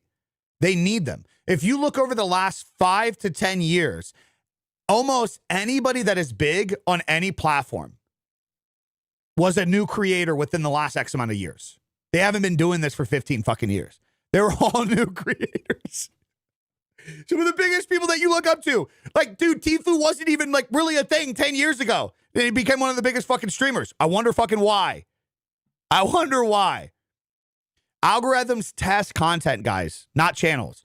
Because if there's ever an ability to be a new trend, a new topic, a new direct category to certain viewers, it's going to take advantage of it. The algorithm doesn't ignore you. It's measuring you. This is another thing. This is the only bad thing about algorithms that a lot of people don't get is they show up 1 or 2 times and they expect a result. They expect like, okay, I get it. Your live is not eligible for recommendation, restricted for 10 minutes. Okay, good. Thank you, TikTok. Fuck off. Sorry, guys. What games do you play? I don't play any games on stream anymore. Good, sir. This is what I do. What's up, Tiny? But yeah, you do the first few things on your channel and your content. It's measuring you. It's reading you. It's seeing where you want to go. It's seeing what you want to do. What's the audience you want to build. Now, you get to a certain point, it's like, I can understand the idea where somebody's like, oh, they're favoring the big guy because that's what you're watching. That's the shit you're watching. So you see the big creators, you see the big numbers, so you're like, oh, fuck, man. You sound like the actor that plays Hawkeye, Jeremy Renner. Who's Jeremy Renner? Wait, Hawkeye. Which one's Hawkeye? Oh, fuck, man. I'm going to get roasted for this. Is that, fuck, dude. Is that the sword guy? Rainer? Is that the sword guy? I better get called that than, you guys see all that fucking Scotty K fitness influencer? Some dude said he looked like the gay brother off of Ozark, which they look alike. It has nothing to do with actual sexuality. It just looks like the fucking brother. I guess he could have just said brother on Ozark. Okay. That's completely valid and fair. But he like lost his shit over it. Oh, fuck, man. Oh, God. There it is. There it is. And that's why, man. That is exactly why. Yep. That's why I don't do that over there. Okay. TikTok has a 3-level push, meaning that if your viewers stay for those 3, it'll push out. Yeah, because they have like a small window, a larger window, and then that's like the big window, right? Which YouTube is like it used to be. What's up, Sharp? He was the next Jason Bourne. Okay, yeah, so I'm thinking of the right guy. So I'm trying to think. Where was I going with that? Oh, and the best way to describe this with YouTube is that last I watched the guy who developed the algorithm talk about it. It's a 1-to-7 ratio. What's up, Steve? It's a 1-to-7 ratio. So for every person that you get to have an action on your YouTube content in some way, it used to be 7. It may be different now. YouTube will push that to 7 people. So like, we have Benton in here, right? We have Benton in here, right? So Benton's one person interacting with this and stuff. The theory and idea behind, well, it's not a theory. This is literally what they said. It's public video. You can search this. The concept is, so Benton's in here. Now, YouTube is going to take the metadata of why Benton watched this stream and watched my content, and it's going to take it at a time, whether it's the next upload or this one, and it's going to put it out to 7 new people. And of those 7 people, somebody clicks on it, learns more data, puts people over, which I kind of like that algorithm. I don't like TikTok's algorithm because if it does it, I like the idea of YouTube because that's how you can lean in a different area and say, oh, well, hey, actually, these people are finding this.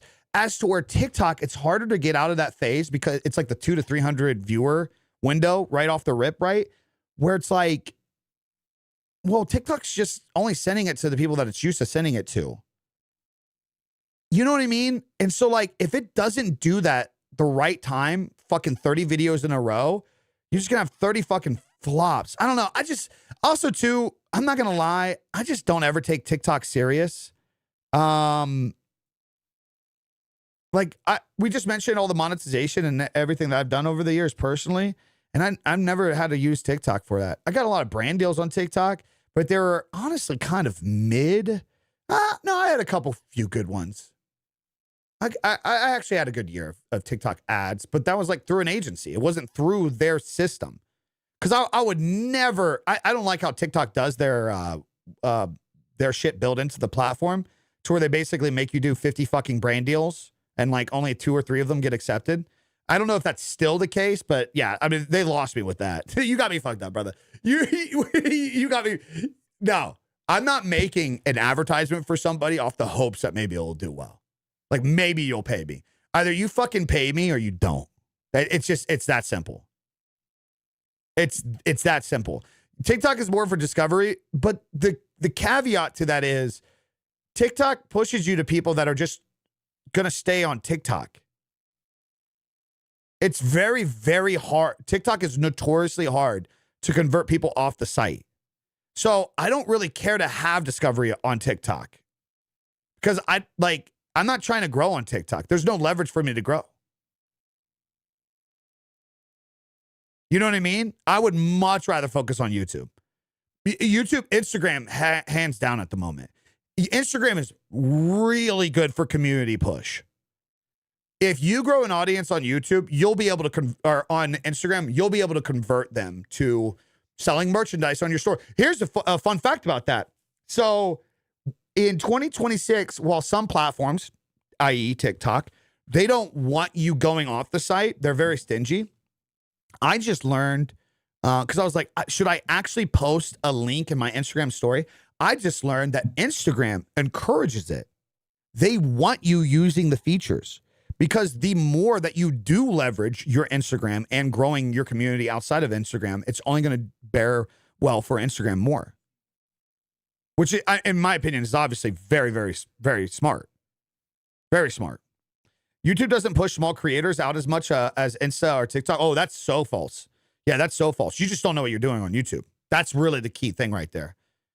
That's really the key thing. Yeah, I've helped channels go from like nothing. One of the best ones that I like to share is literally streaming only. Just streaming only. I got a buddy that went from 0 views, no monetization. He's making $20,000 a month just streaming. Just streaming. He's only got 30,000 followers now. Subscribers now. I'm sorry, you're not getting that on TikTok. Brother, no offense. Listen to what I just told you. No overcomplicating it. He just showed up. He went live every day from no fucking viewers. None. 0. No audience off of it. No leverage. No manipulation. No virality bullshit. No chasing anything. He just showed up every day and he streamed on YouTube. And now he's making $20,000 a month and he only has 30,000 subscribers. You're not doing that on TikTok. I'm going to say this as loud as possible so you guys can hear me. You are never going to generate that on TikTok with 30,000 followers. Never in a million fucking years. Now, the reason why you guys feel like TikTok is so much better is because TikTok's insanely inflated.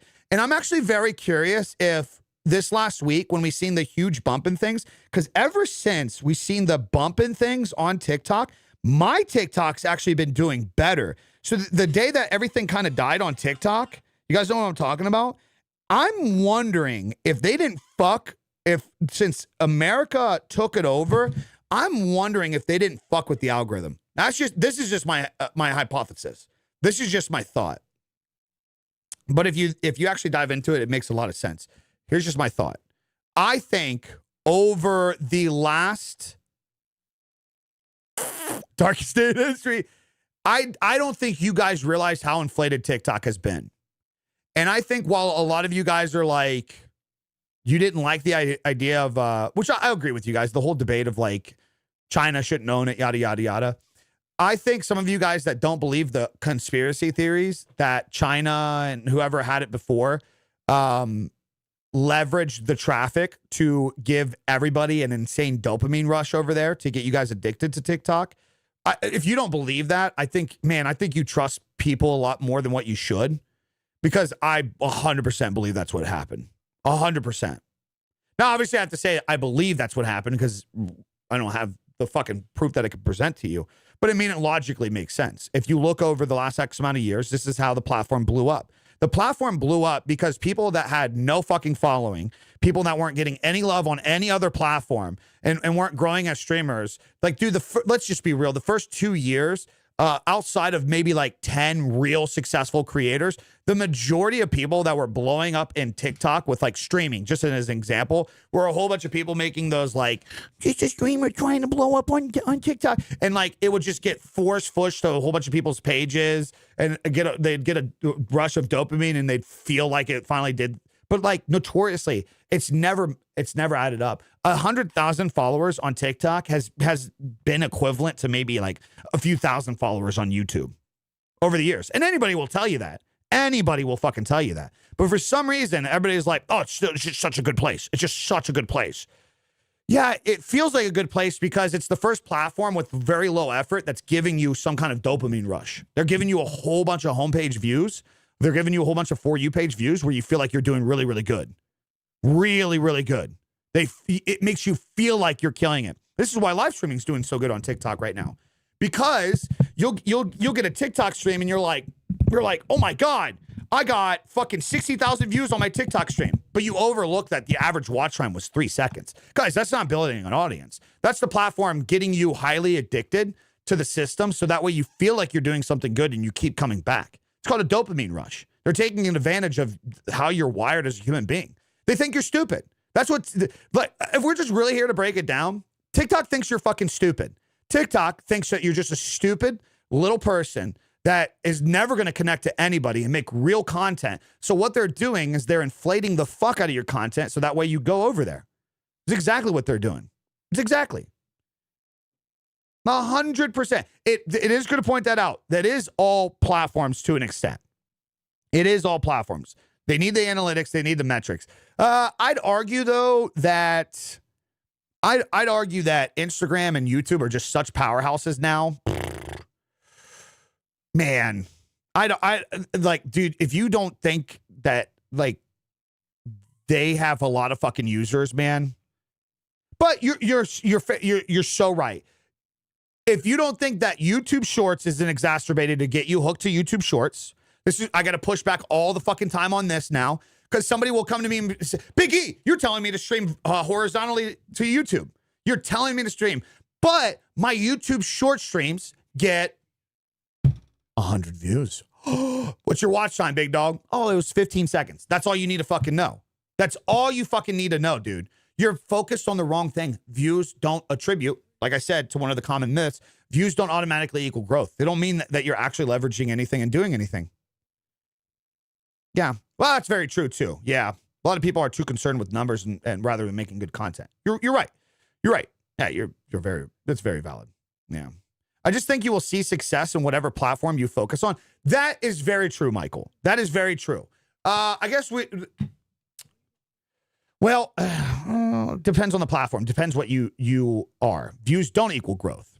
Views don't equal growth. As somebody who's gotten 20 million viewed months, I've gotten less followers and less monetization in those months, and some months where I had 200,000 views because I made real impactful content that actually generated a real audience.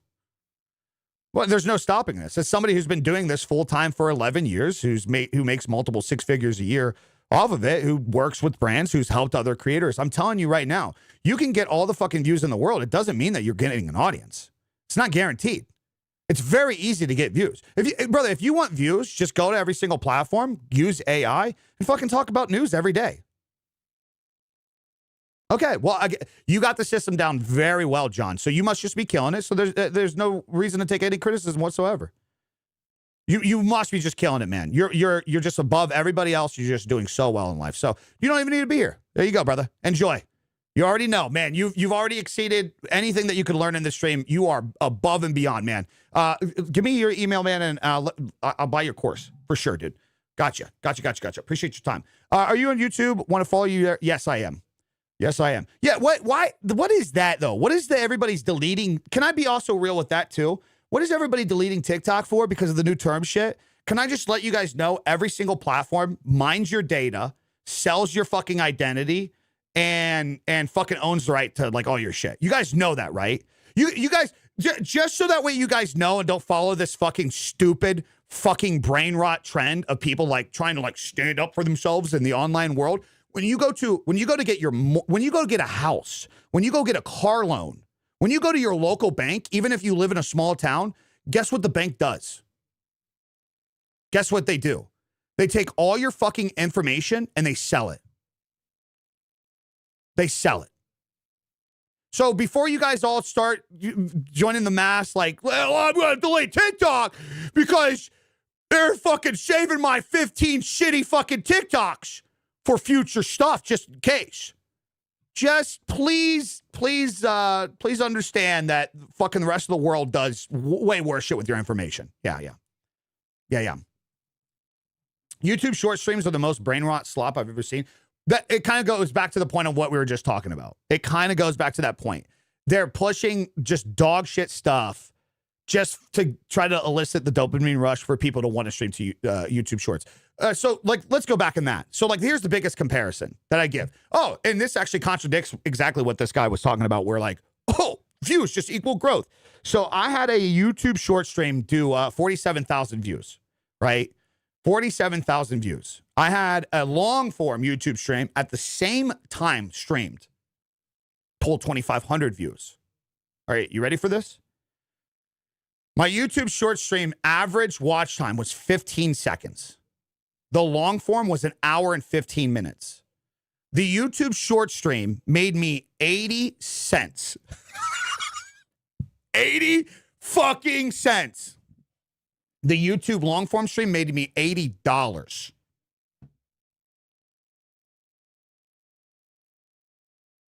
That's the difference.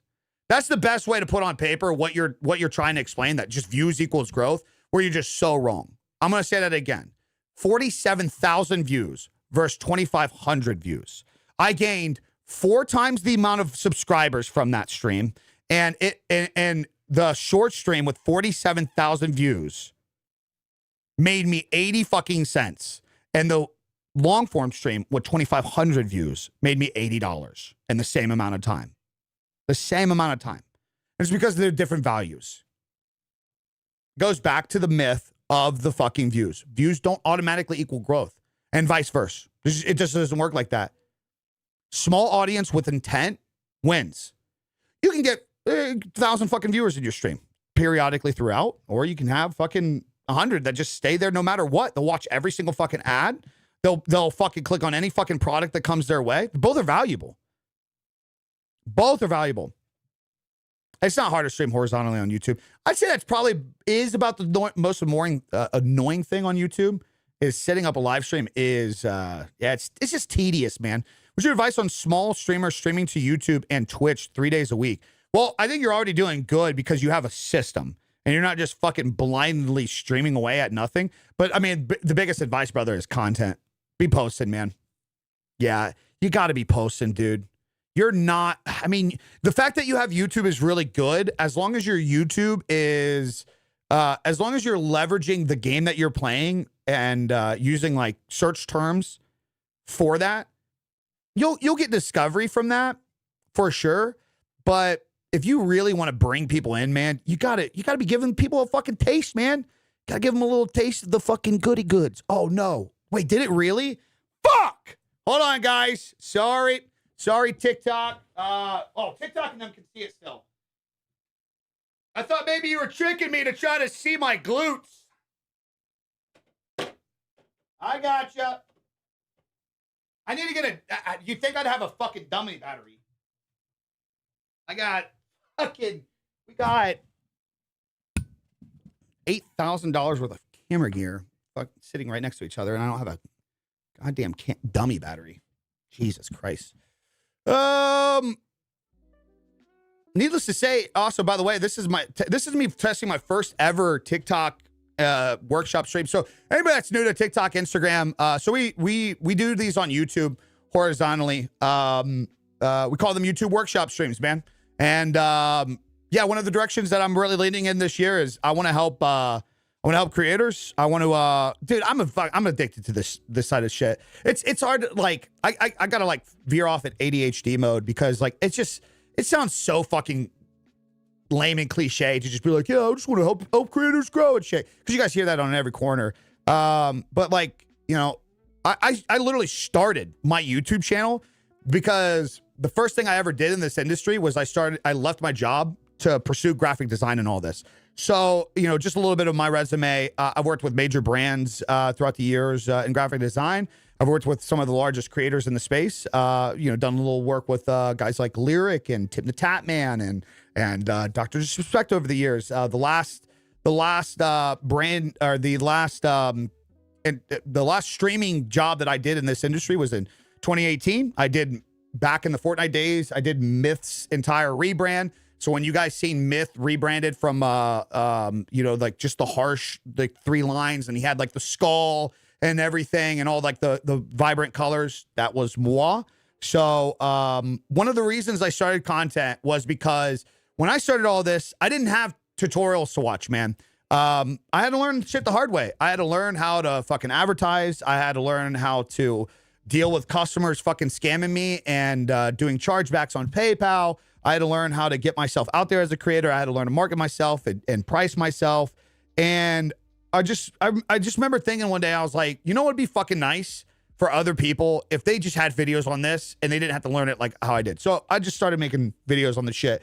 And throughout the years, I've adapted to cameras and photography and videography, grew a little bit in the gaming space. I've generated content in the gaming world myself that's gotten tens of millions of views. I've helped gaming content creators generate tens of millions of views, hundreds, and monetize to tens of thousands of extra dollars a year. I take a lot of fucking pride in this shit, man. I take a lot of pride. Nothing makes me happier than being able to, like, dude, see somebody that's killing it years later and know that, like, maybe it was a conversation, maybe I actually helped them out for a little bit, or what, but just seeing where they come from, I take pride in that shit. I like Arc Raiders. I've been enjoying just gaming kind of by myself lately, now that I'm not really focusing on that this year. So yeah, anybody that's kind of new here, that's what we do. We do a lot of that on YouTube, make a lot of videos on YouTube. So very fun. Very, very, very fun stuff. What's the best way to get watch hours on YouTube at 2,000? You keep your streams public, right? If you do not keep your streams public, that's your biggest, what is that? Somebody just gave me a handy. Or, okay, I'm on TikTok. I'm gonna get banned for that shit. I just got some hand popped up on my screen. What the fuck was that? It was like this emotion that went like this. Well, it's safe to say I think I've made it on TikTok now. Appreciate you, Amani.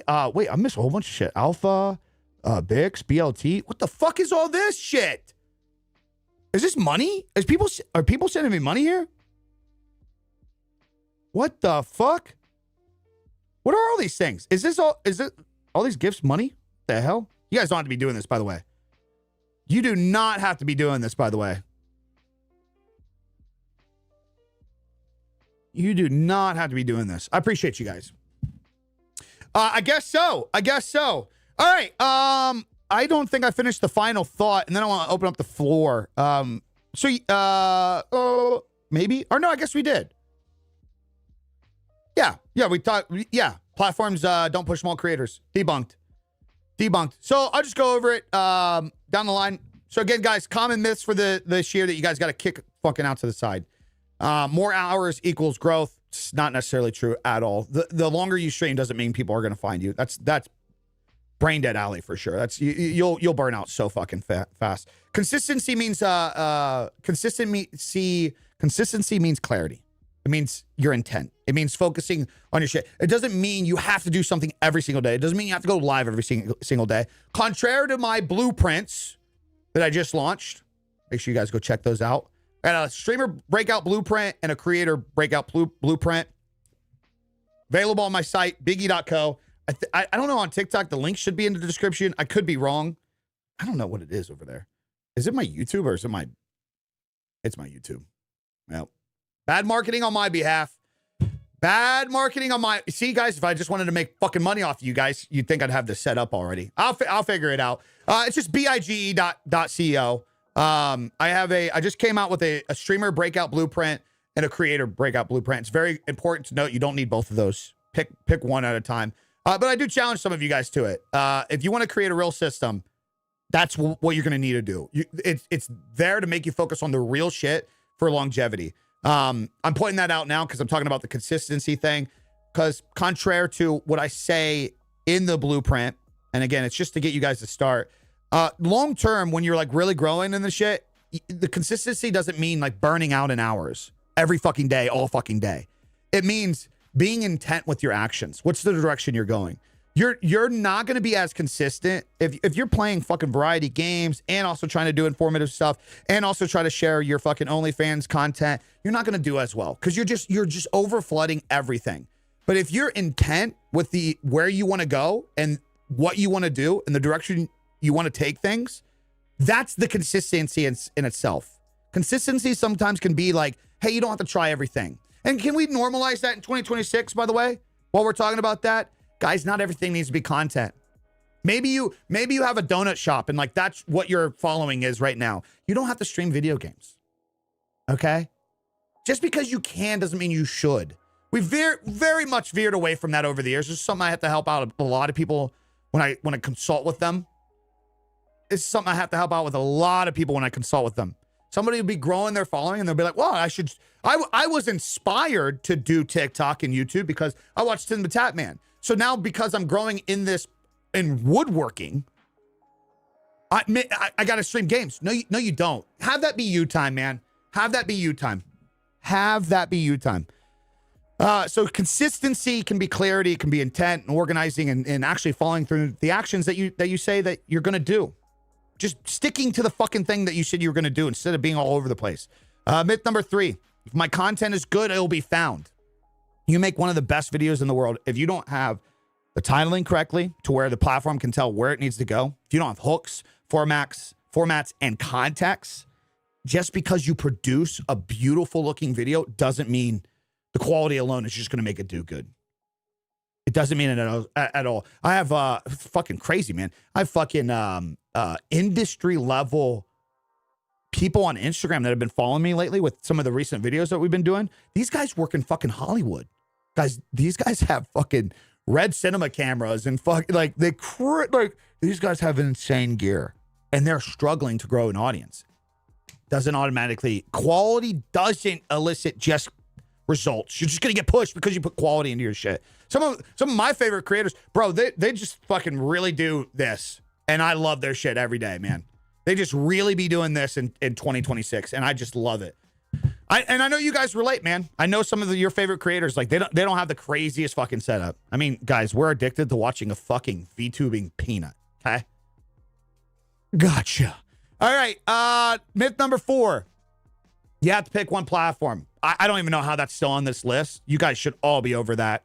You should all be fucking over that. You don't have to pick one platform. You should be everywhere. You should be taking advantage of everything. You should be trying fucking everything. Holy shit. Myth number 5, growth equals views. You guys have heard me talk about that enough. Myth number 6, you can't make money without millions of followers. Not true at all. Not true at all. A creator with 5,000 followers who knows their audience, the ins and outs of their audience in the community, will out-earn someone with 500,000 followers that aren't paying attention to shit and aren't educating themselves and aren't doing anything. Yeah. Yeah. And myth number 7, platforms don't push the small guys. Guys, platforms push what will get people to click, stay, and watch. It's the ultimate goal. If there's one like hack you guys got to learn, it's that right there. Your goal is, how do I get somebody to just fucking watch as long as possible? How do I get somebody to watch through the video, through the intro, through the duration of the video? So, you're probably going to have to do good with titling, making sure your title and your thumbnail connect to the video that you're actually making. Right? What's up, Kick Tournament? Right? That's probably step 1. And then when you get people to fucking take time out of the day, here's actually the number 1 thing that I think the mentality that you guys should have coming into 2026. Quit wasting your fucking audience's time. Holy shit. I think if we, that's personally a direction I've been going towards. I know my value. I know where I'm bringing things. And like, so ever since I've been live right now, how long we been live? A couple hours? I don't want, like, you guys are giving me time out of your day, which is the most valuable thing. And hey, maybe today you won't subscribe. Maybe today you won't buy a piece of merch. Maybe today you won't buy a book or something, right? But there's value in the fact that, maybe you've introduced yourself to me today, or you've been in here. So it's my job to not waste your fucking time. It's my job not to waste your time. That's my job. And I think anybody in here that has that mentality in 2026, I think if you just switch it fucking helps. Because it is hard to like show up and like conceptualize a lot of this. Like, what am I doing right? What am I doing wrong? But if you go to make a video or you go to do a live stream and you're like, okay, well, 5 people are going to give me their attention. How do I not waste their fucking time? How do I not waste it? And I just think it adds context. You know what I mean? Hey, Trickster, thanks for the hype. Sorry about the Kick side, man. This is why I haven't been streaming on Kick. Flat out, man. This is just insane. This platform's been out for 3 years. They just launched PayPal, and these guys still don't have anything to stop view botting and spam botting. Like what are we doing, man? What are we doing? Kick, get it together, dude. Holy fuck, what are we doing? So apologies, guys, that I got a lockdown chat. I got TikTok acting better than fucking Kick right now. That's insane. That's insane. Yeah, Kick, get it together. Is 2-minute average watch time good for TikTok streams? I would say, I personally no, because like it's just like right now on YouTube, I have 20 minutes of average watch time. If that puts it into perspective. And this is what I'm trying to tell you guys. You guys are riddled by dopamine, man. Now, on TikTok, is that good? I think it is, right? That's pretty good on TikTok because TikTok's just fucking brain rot. But if you're talking about the grand scheme, this is why it's important to be streaming horizontal to YouTube. And that's the difference. That's the difference. For instance, I'll be going live tomorrow on TikTok. Only on TikTok from my phone for the Oh, wait, what did I miss from you? Sometimes I go load to the phone. Also, somebody asked something about a DJ thing. What was that? What's up, Tyler? All right. Now, let's leave. I'm just kidding. Not Peanut. Can we, let's open up the floor. We've got the topic out of the way. I'm not going to have time today to catch up with channel reviews. For anybody that's on TikTok and Instagram and Kick on YouTube, for premium members, we check in with their shit. So we've been kind of like helping them on here. Yeah, while we get questions in, my name is Big E. Been doing this for 16 years, 11 years full time. Worked with the industry, worked with brands, worked with creators, have built my own brand. Just trying to help some other people this year. Yeah. I have a couple books, ebooks, little system, little breakout blueprints on my site if you guys are interested in those. I do consulting as well. Some of the LUTs that I use, not this LUT. I know my regulars are really fucking annoyed with me because I haven't come out with a new LUT pack in the last like 2 years, and I've been using an entire LUT pack. I've had my new LUT pack, including the one that you guys see right now. I'll show you guys the difference. Including the one that you guys see right now. I've been using this LUT myself. So this is natural. This is straight out the camera. This is with my LUT. To be fair, on TikTok and Instagram, it actually kind of looks like shit. It's a little too contrasty. Get this back up. It's a little too contrasty, but yeah, I got things like that on my website. I'll get the fucking other LUT pack going. I'm sorry. I had a kid these last couple of years. I'm sorry. Where's that coming from? Havoc! Welcome to the Members Club. Looking good. Looking hung, looking handsome. Appreciate you. What is your user on YouTube? It's just at Big E. Yeah. How to get out of 300 view jail, post more, better quality. What's your opinions? Oh, man, this is it's tough to give TikTok advice because, again, I fucking hate TikTok so goddamn much. The advice that I've seen so far as I've been learning is TikTok will not long-term punish you for bad performance in the 300 viewer jail. So, and for those that don't understand the 300 viewer jail, which even myself, I'm trying to break out of it too. So, like, I guess maybe it is a good thing that I'm talking about. If you go even look at my page, there's plenty of videos where you're like, oh, you got this many followers. Why are they not doing well? And if you look, I've been having a couple more breakout recently. And I'm learning, man. I'm learning. Yeah, I hate TikTok Blue. I really do. But here is the reality. TikTok works in multiple phases. It used to be a 3-phase system. I don't know if it still is. If anybody in here is credible enough and knows exactly how it works, please educate us. But it used to be that TikTok will push it in 3 phases. It'll push it to an initial phase to see how they respond, what their watch time, what their view duration is. Then it'll go to a second stage, and then it'll go to a third stage. And it used to be back in the day that first stage was like random. It was just throw it out there. And then it kind of developed it in more and then more. And over the years, it's now 300 views. And it's like almost notorious. You'll get 300 views so fast and then just deadlines. It just stops. Now, this happens out of people switching content and then fucking communities just moving on, man. It just is what it is. And as creators, guys, we got to accept that.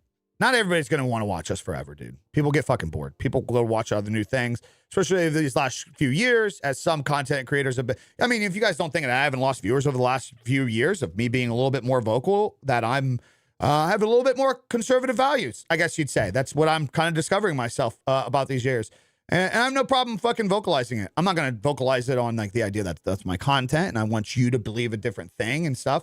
But I'm also not going to ignore who I am to try to get you to fucking like me and tiptoe around some idea that like I don't disagree with certain things. I'm not going to do that.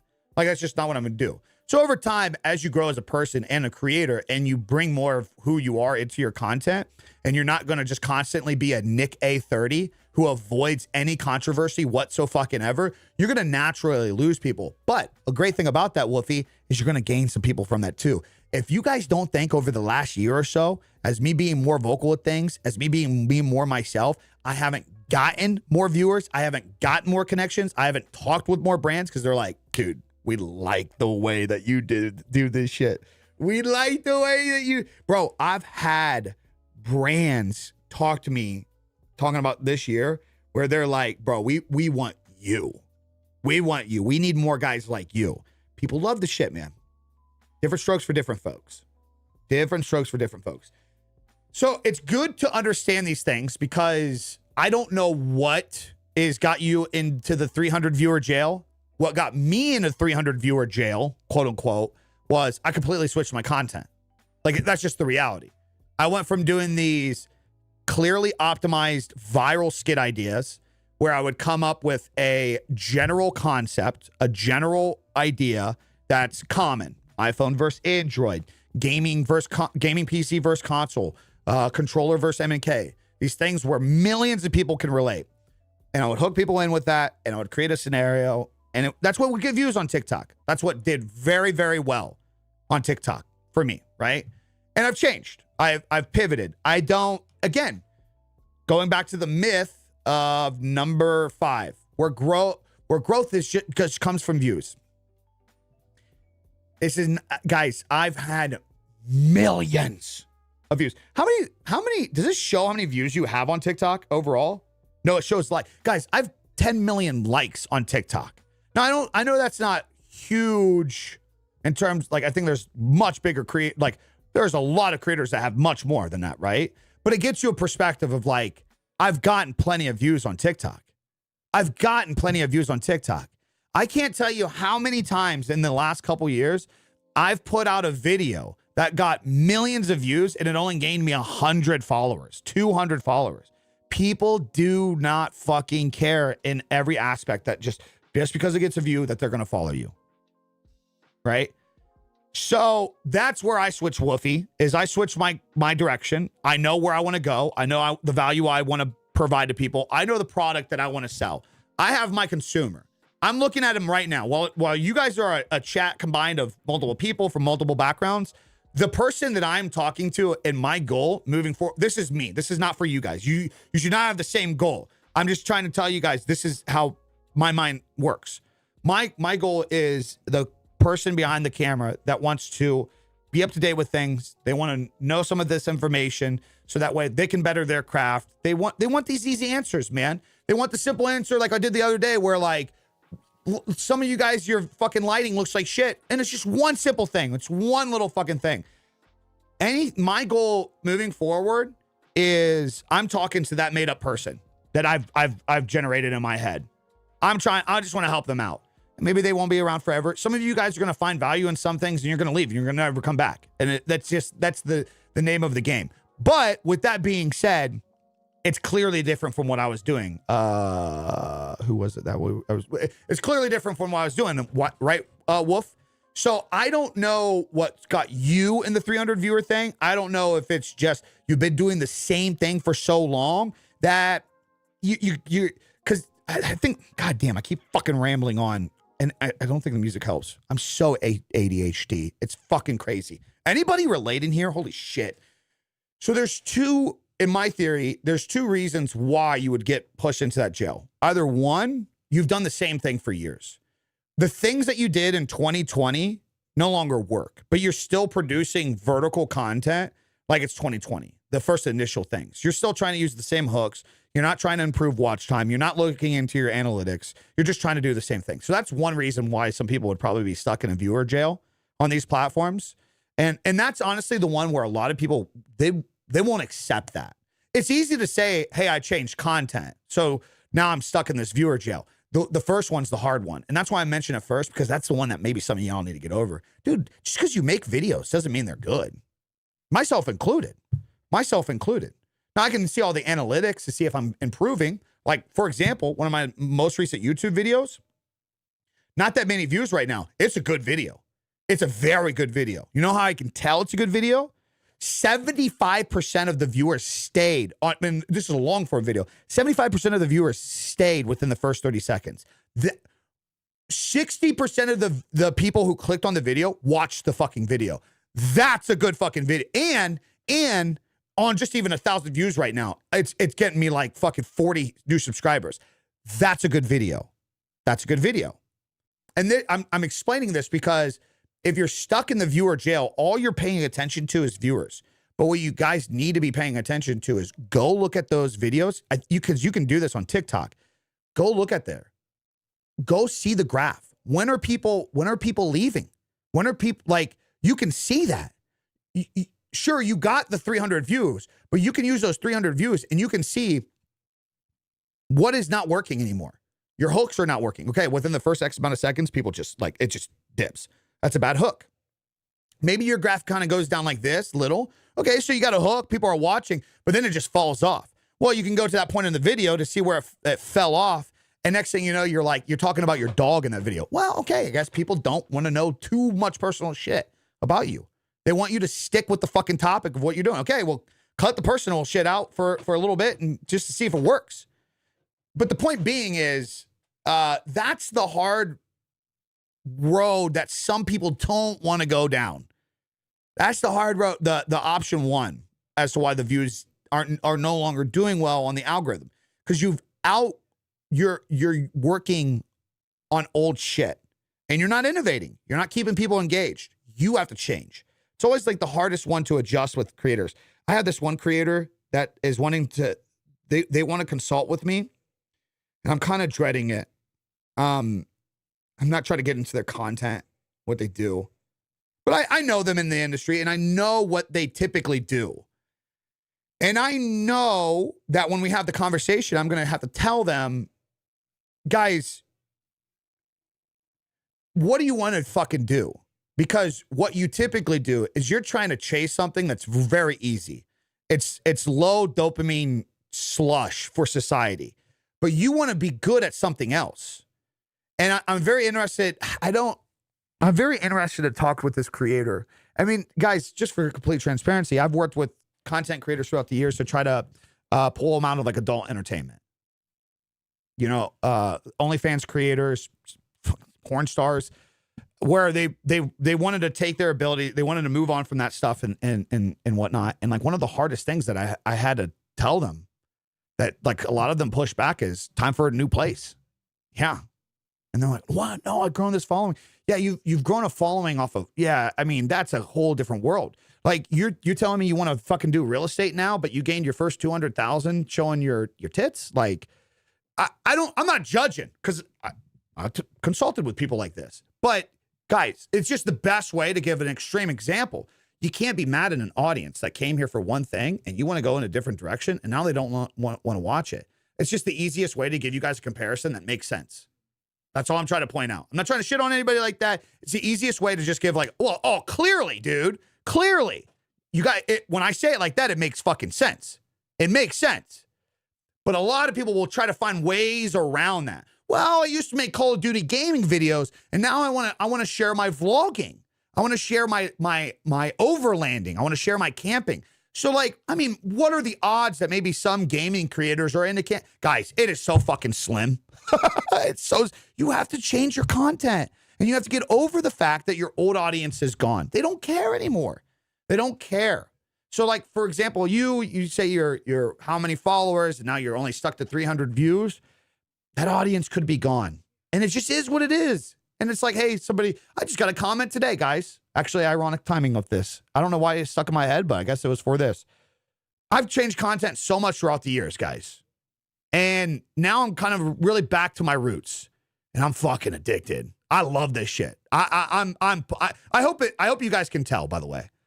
I'm fucking living in this fucking mode. I'm on a fucking rock hard level right now, just bricked up every day.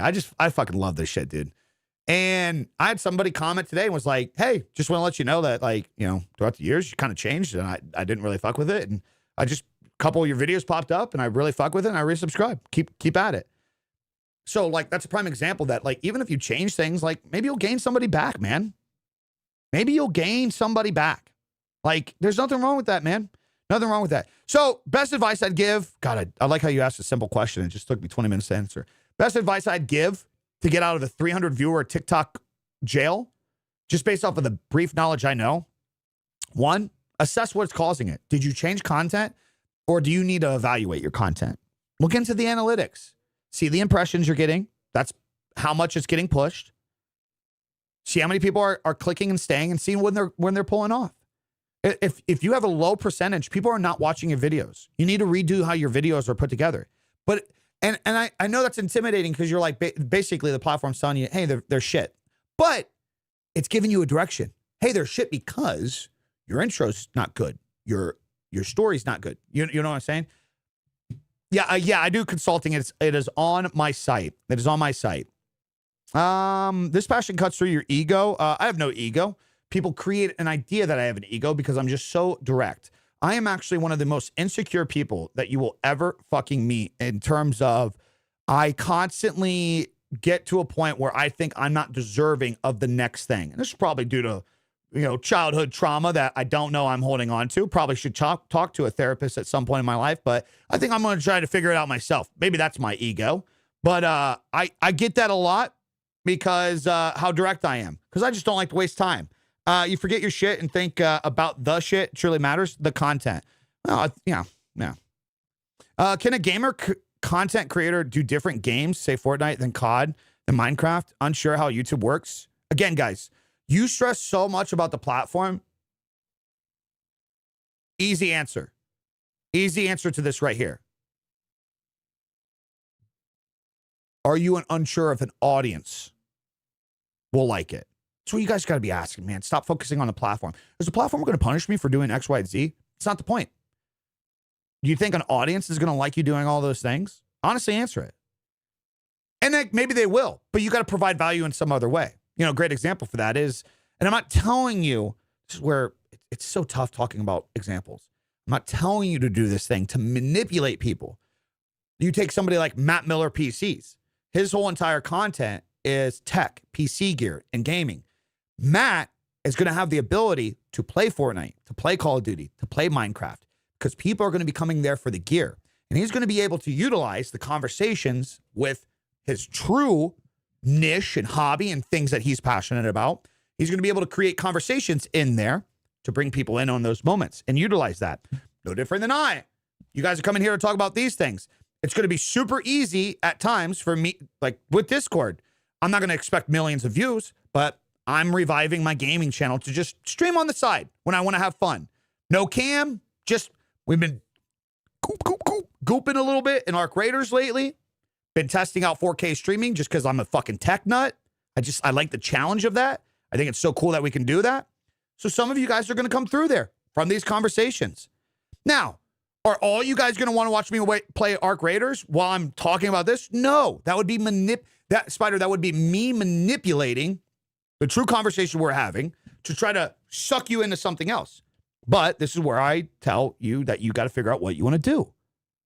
What audience do you want to have? I want this audience. I don't care to have a gaming audience. I don't find fulfillment in this. I want this audience. So I got to show up and earn this audience. I feel no, but then you can build multiple audiences on one channel. No, you're not going to do that. I'm telling you, you're not going to do that.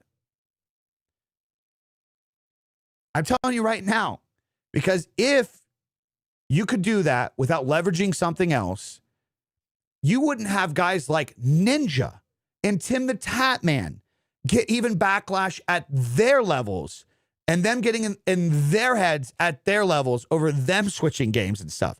At a small level, we see somebody like that getting a few, like 10, 20, 100,000 views on a video. And we're like, oh, wow. I mean, they're still doing good because they can do other things, right? In their head, they've fallen off. In their head, they're fucking up now because they're switching content, but they're just doing what they enjoy. Now, no offense. You explain to me why, as you're up and coming, why hundreds to thousands of people would genuinely want to invest time into you as you're on the come up. And you explain to me how you're going to actively do that. How are you going to hook 100 people into Call of Duty, Fortnite, Minecraft, all in one place at one time? Guys, I get this idea that of like this heroic, like, no, play variety, do what you want to do, like, I'm telling you guys to have fun, but you got to pick and choose your battles, guys. You're not going to you can't force everybody to like everything you do. You just can't. You're talking about vastly different games too. Minecraft and Call of Duty, you gain 100 fucking viewers in Call of Duty. Ain't none of those motherfuckers watching you play Minecraft. I'm sorry to tell you. And I think you should more focus on what do you want to share? Because here's the fucking thing that we were talking about earlier. This is where everybody just gets it twisted. Guys, not everything has to be content. Why do you have to do 3 games on one channel? Why? Why do you have to have that? Why can you not have Call of Duty time after you've made content on Fortnite or fucking Minecraft? I would pick the thing that you're most knowledgeable about, you're completely into. You make that your channel, you make that your content, and then you enjoy the other stuff, man. You enjoy it for you. You enjoy it for yourself. Hey, you could completely disregard my advice. You just do everything you want on there. I'm telling you, it's not going to all do well in one place. It is what it is. So don't be mad at the platform when that happens. be understanding that an audience doesn't care. It doesn't care. The viewers are not interested. There's nothing wrong with YouTube. They're not doing anything wrong. And I'm saying this from I've done this. I've expected this idea of like, well, I was doing really good in one thing. Clearly, I'm getting all these views of these skits. Clearly, people got to want to watch me play Apex Legends. No, bro, motherfuckers don't care. They don't care. You know what I mean? Yo, just wanted to say, since getting your 90, let's go. I appreciate that, man. Your 90-day challenge, watching your latest videos. I've taken the leap to start my golf business. I made a website using AI. Let's go, baby. Let's go. I don't like it. Switch channel. Games die. That's very true. Games do die out. But what if it pops off? What if it? Yeah. Okay. No, that's a great. I know you were saying that as a meme, Didi. I think more creators should be asking themselves that. I think that's actually a really early stage question. Guys, when you're trying random things, when you go to upload something, you're just like, okay, I'm a content creator, I'm creating whatever. I think you should genuinely ask yourself, what if it pops off? Seriously. I think a lot of people should ask themselves that. I think, like, don't glorify the idea. Oh, well, you can just make money. No, like, really think about it. What if that pops off? Do you, like, if you have the option, okay, like, here's a great example, Spider. I give you a magic fucking pill. You take the pill. Here's the caveat. Out of one of those three categories, you can blow up in. Only one. But you're guaranteed to. But you can't make content at all about any of the other videos, or you lose everything. You're going to pick one. You will 100% pick one. And subconsciously, you always knew that was the right one. That's the game you enjoy the most. It's what you have most fun in. All the other ones are just additional rushes of dopamine where, like, hey, if you could gain viewers in it, well, that's great. But everybody has one. Everybody has one. Ain't nobody that fucking passionate about multiple things. Everybody has that one hobby, that one thing that if you had a gun to the head or a pill, a magic fucking option, you're picking. If you could choose, oh, I'd blow up. Oh, yeah, hands down. I would blow up in this for sure over everything. Hey, Magic Tyler, I give you a pill. Your life can change. $1 million a year, $1 million a month. Your life changes overnight. But you get to pick. Is it streaming Call of Duty games or is it you doing magic tricks? You're going to pick magic every single fucking time because it's what you actually want. I think you should assess that more, Didi. I think you should ask, do you want this thing to pop off? I'm willing to bet a lot of people would be like, oh man, I don't even think, man, dude, if out of Fortnite, Call of Duty, and Arc Raiders, like, I mean, it would be cool if Fortnite blew up, but I really like Arc Raiders. It's just so new. Okay, there's your answer. There's your fucking answer. That's your fucking answer, dude. You just answered your own thing. Fortnite day long then. Think, okay, yeah, you like Fortnite. You should just focus on that. AI tech design, workspace vibes. How I'm doing all of these, but now will enough make content about anything. Literally worked a wallpaper app for a year, and I can't even find the will to post about it. Ah, dude, I feel you there, man. I feel you there.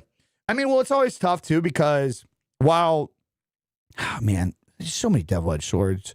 Because like, I also don't believe in like niching down specifically. Like, I'm not like, okay, you like Fortnite, Spider. Like, I don't like Fortnite cosmetic skin review. That's it. Like, I think there's a general pillar of where you can lean, man. And like, so I try to have these pillars with myself, right?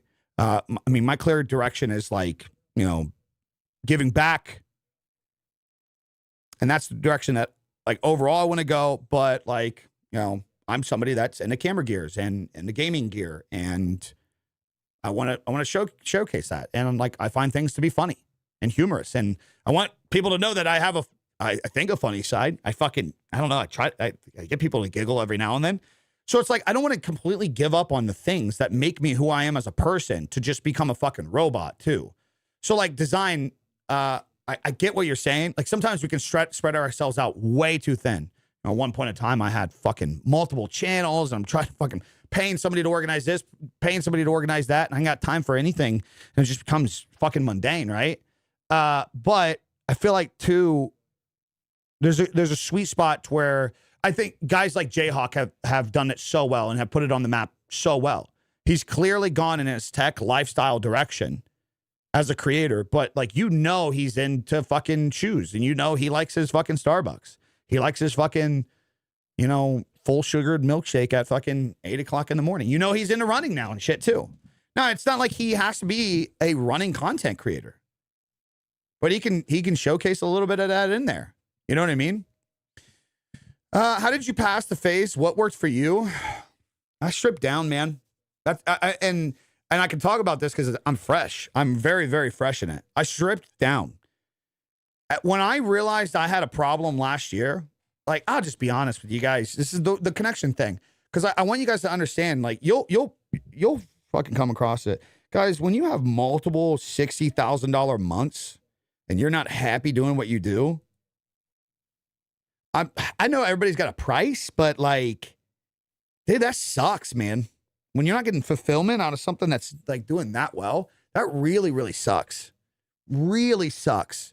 And I was just, it's actually crazy. I just watched a post yesterday where it talked about these 7 phases that you'll go through as a person when you need to discover yourself and stuff. And like, some of those phases are like identity crisis, like having faith in something. And like, the reality is one, I just didn't believe that it could last forever. And I was just trying so many things, and I was trying so hard to be like, okay, it's got to be this stuff. It's got to be this. I got to be able to do this. I got to put myself here. I got to do this. And, yeah, I just stripped it down, man. I just stripped it fucking down. Yeah, it is. It's the worst. It's the worst because you're truly blessed, and you should be genuinely happy. You really should. So yeah, I stripped it down. I did a little cynical. But so Battlefield came out, and I was like, you know what? Fuck it, man. No more only full-time kick. I know I'm going to lose a lot of money from that over there. I knew that they're not going to be happy about that. No more drama, no more slop. And here's the direction I'm going to go. And dude, I talked to a couple of friends. I was like, I'm going to give, hey, who was it? Who just came in? Who just came in? Sergey! Appreciate you, Poppy. I even told a couple of my close friends. I didn't try to tell everybody this, obviously. I like the idea of like working in silence now. But I told like specifically Rudy, for anybody, any of like the core members of the community, I was like, I'm going to give Battlefield a couple months. And I'm stripping everything back. No overcomplicating shit. I want to stick to my roots, and I want to show myself that I can do what I do best. And I did it. And my objective was 2 paths. Either A, okay, this is it. This is where we're going. We're going to focus on this. I'm going to try it hard. I don't know if you guys seen that period. I was even streaming RedSec on here. I was tested a couple video. A couple actually did well. But I was like, I'm going to give this one more chance. Like this idea of like, okay, maybe I'm meant to be a streamer. Grinded it out. Millions of views within the first month of posting the content. Did pretty well. Streams were doing well and whatnot. I was taking myself from being confined in one place. I was spreading myself back out there. And what happened was exactly what I knew was going to happen. But I was like, I'll give it a try. I'll strip it all down. I'll be chaotic with it. And the process in itself of changing another direction and enjoying the information and the experience made me want to share it. Made me want to show it again. Made me want to show people how to do it. And that's when I knew coming into the new year, okay, that's it. That's it. I'm done streaming games. Like I'm no longer stressing about that. I'm not in that direction anymore. So if I'm not in the slop fucking React stuff, if I'm not going to lean into a game and create gaming content in any way, what should I focus on? Well, there's a very easy answer. So I stripped it down. So if you feel like you're here and there, you're working on this and that, and you're stretched everywhere, you got to start stripping the shit down, brother. You got to start stripping it down. Or you just won't know what you'd fucking need to go after, man. You just won't get it. You know what I mean? Because you're just constantly going to be pulling yourself in these different directions. And this is where one of the myths that we talked about today was like this idea that action is going to get a reaction. Well, if you're just doing so much shit, you'll get something with it. That's not necessarily the case, brother. That's not necessarily the case, man. The packaging, the distribution, the context, the intent, it can be really fucking important, man. Can be super important. Can be super important. What's up, guys? Sorry, I know we just went in on that. Appreciate the resubs. Appreciate. Yeah, work smarter, not harder. Yeah. I appreciate that, Bob. I appreciate that. Looking hung, looking handsome. I get that, but how do I get access? Get access to what? Like get access, like what do you mean get access? Like tap into what you need to be doing? I think a big thing that I always suggest to people is like,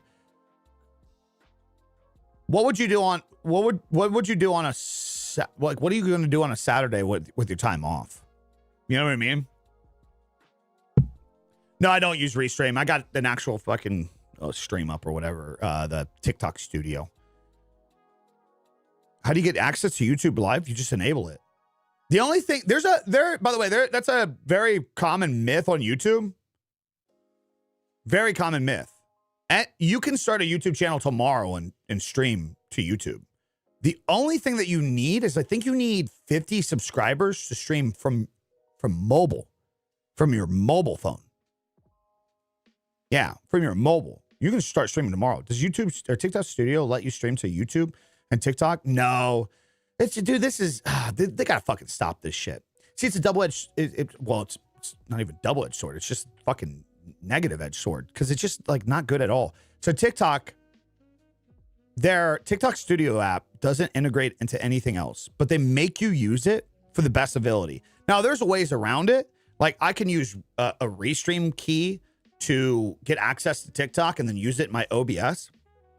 But blatantly, they've said that I'll get you won't get pushed as much by not using the studio. It's not that you'll get restricted by using OBS. It's you won't get pushed. Like they're basically like, if you use TikTok Studio, we'll push you more. It's kind of the same with me. I'm starting a game I think I'm going to like stream or making videos with. If it doesn't feel right for content, stop it and just play the game for yourself. Yeah, I mean, yeah, there's nothing wrong with that. Well, also, too, it's like, man, this is just a great exit here. Kind of going actually back to the point of trying to explain niches and, what Spider was talking about and whatnot. Now, obviously, you're talking very drastic games. But like people that didn't ultra niche down, great example, my homie I Am Rob kills it now. He went from being a Call of Duty creator to where he's like, where there's this general idea. That's how you have to be a successful gaming creator. Is like, you just stream a fucking game.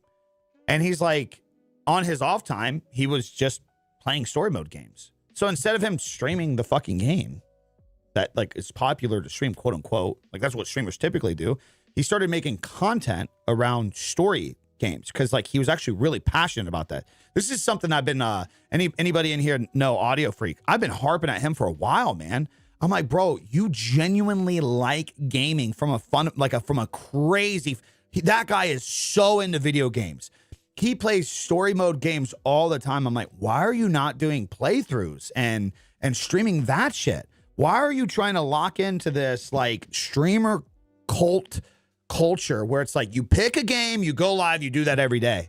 Why are you not just like showing your love for games as a whole in content, and then you utilize streaming with that when you do specific games? Because that's how you actually bring in an audience with diversity. How do you stream to Twitch and TikTok? I'm not on Twitch. You got to stream to the TikTok Studio app, and you have to stream OBS to whatever other platforms that you want to do. if you want to take advantage of the TikTok studio numbers. Like this stream wouldn't have done as good today if we were live from OBS to TikTok. Yeah. Yep, virtual camera. There you go. See, some of you guys should be making a tutorial on this, man. Easy peasy. Easy fucking peasy. Now, I'm not with an agency right now. I'm kind of just doing my own thing. What do you think about live social shopping, Aaron? What do you mean, like live social shopping? I need a dual PC setup. I learned from experience. I don't have a dual PC setup. Yeah, I don't have a dual PC setup. I just got rid of my dual PC setup. Yep. And I'm live on Instagram, YouTube, Kick, and TikTok right now. Because if you only stream directly from your OBS, you'll get you won't get pushed as much from using their studio. If that makes sense. Ron, how we doing? How did some of those recent streams go? Hope they went well. Hope they went well. All right, guys. Yeah, that's everything today. I gave you guys a big, a little closer here. So, yeah, this is typically what we do here. This is our first time doing it on TikTok and Instagram as well. I wish we had a place where we could funnel everything together. Yes, Instagram's been, dude, Instagram's actually my favorite place right now. Instagram's my #1 platform personally. But yeah, guys, if you are interested in any of this type of stuff, youtube.com/@BigE. The link is in the bio or on TikTok. My website is just bige.co, bige.co. It's literally my TikTok username. For anybody in here interested, 90-day streamer breakout blueprint, 90-day creator breakout blueprint. It's very clear. If you're a streamer focusing on streaming and you want to get content out there to try to funnel into your streaming, streamer blueprint. If you are a content creator focused individual trying to leverage brands and grow a social footprint this year, creator version. Okay, guys? Okay. I appreciate that, Chris. Yes, I have consulting on my website as well. Again, like it says in there,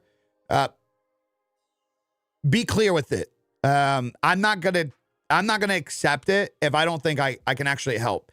And the first step into being able to help anybody in this space is you got to be clear on your intentions. There's no point in you wasting consulting with anybody. If you're like, yeah, man, I want to be a content creator. What should I do? That's not a point in your consulting. Yeah, that's not a point. You first lesson you guys all should have. Be clear in your intent. Where do you want to go? Who's your target audience? What product are you selling? Is it you? Is it a service? Like, what's the long term from point A to point B? What are you going to end up selling? What is going to be your thing? Yep.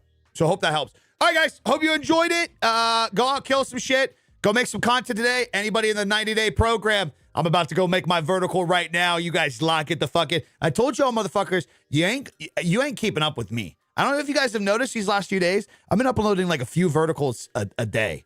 You motherfuckers are not keeping up with me.